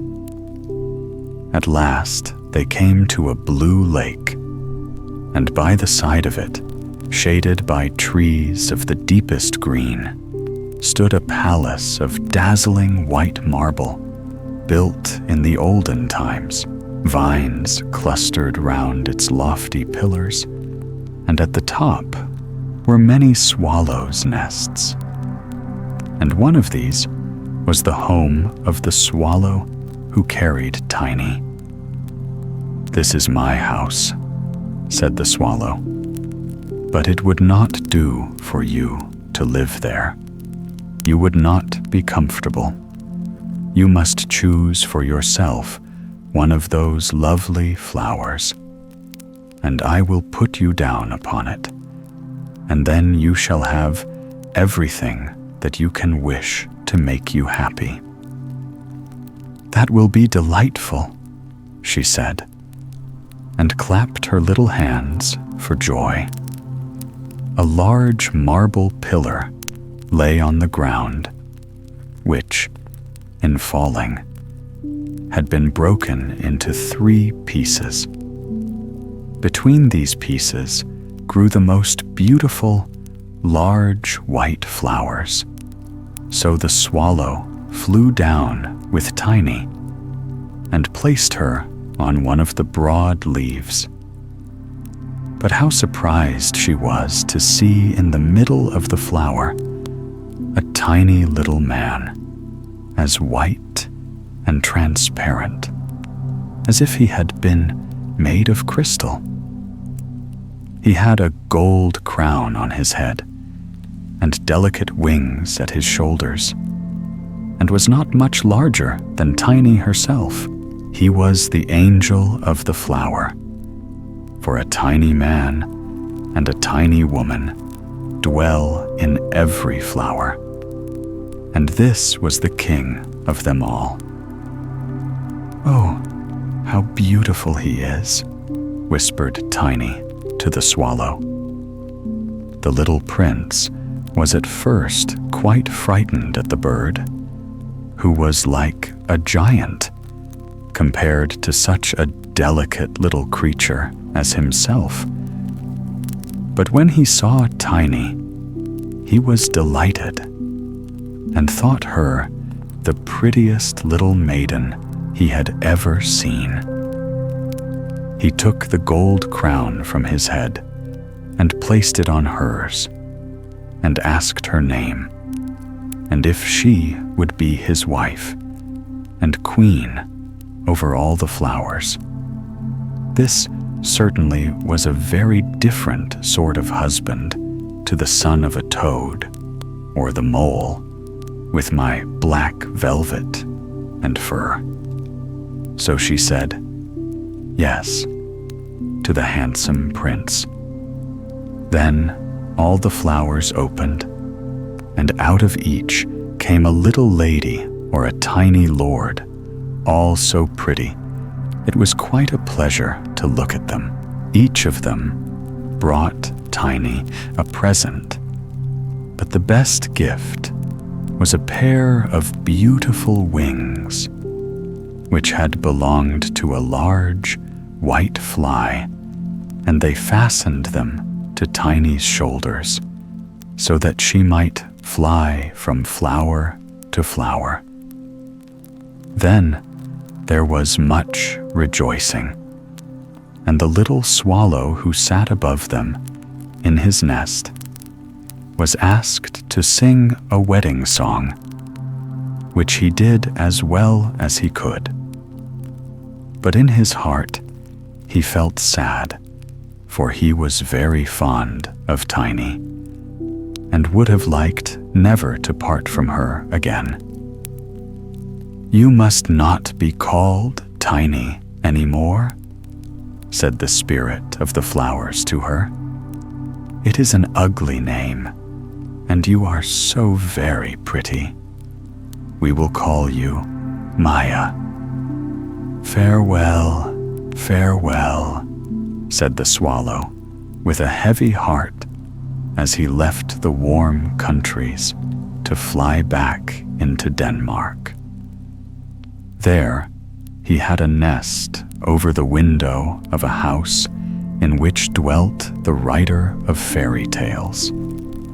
The swallow sang tweet, tweet, and from his song came the whole story. The naughty boy. A long time ago, there lived an old poet, a thoroughly kind old poet. As he was sitting one evening in his room, a dreadful storm arose without, and the rain streamed down from heaven. But the old poet sat warm and comfortable in his chimney-corner, where the fire blazed and the roasting apple hissed. "Those who have not a roof over their heads will be wetted to the skin," said the good old poet. "Oh, let me in, let me in. I am cold, and I'm so wet," exclaimed suddenly a child that stood crying at the door and knocking for admittance, while the rain poured down, and the wind made all the windows rattle. "Poor thing," said the old poet as he went to open the door. There stood a little boy, quite naked, and the water ran down from his long golden hair. He trembled with cold, and had he not come into a warm room, he would most certainly have perished in the frightful tempest. "Poor child," said the old poet, as he took the boy by the hand. Come in, and I will soon restore thee. Thou shalt have wine and roasted apples, for thou art verily a charming child." And the boy was so really. His eyes were like 2 bright stars, and although the water trickled down his hair, it waved in beautiful curls. He looked exactly like a little angel, but he was so pale, and his whole body trembled with cold. He had a nice little bow in his hand, but it was quite spoiled by the rain, and the tints of his many-colored arrows ran one into the other. The old poet seated himself beside his hearth and took the little fellow on his lap. He squeezed the water out of his dripping hair, warmed his hands between his own, and boiled for him some sweet wine. Then the boy recovered. His cheeks again grew rosy. He jumped down from the lap where he was sitting and danced round the kind old poet. "You are a merry fellow," said the old man. "What's your name?" "My name is Cupid," answered the boy. "Don't you know me? There lies my bow. It shoots well, I can assure you. Look, the weather is now clearing up, and the moon is shining clear again through the window." "Why, your bow is quite spoiled," said the old poet. "That were sad indeed," said the boy, and he took the bow in his hand and examined it on every side. "Oh, it is dry again, and is not hurt at all. The string is quite tight. I will try it directly." And he bent his bow, took aim, and shot an arrow at the old poet, right into his heart. "You see now that my bow was not spoiled," said he, laughing, and away he ran. The naughty boy, to shoot the old poet in that way. He who had taken him into his warm room, who had treated him so kindly, and who had given him warm wine and the very best apples. The poor poet lay on the earth and wept, for the arrow had really flown into his heart. "Fie," said he, "how naughty a boy Cupid is. I will tell all children about him, that they may take care and not play with him, for he will only cause them sorrow and many a heartache." And all good children to whom he related this story took great heed of this naughty Cupid, but he made fools of them still, for he is astonishingly cunning. When the university students come from the lectures, he runs beside them in a black coat and with a book under his arm. It is quite impossible for them to know him, and they walk along with him, arm in arm, as if he too were a student like themselves.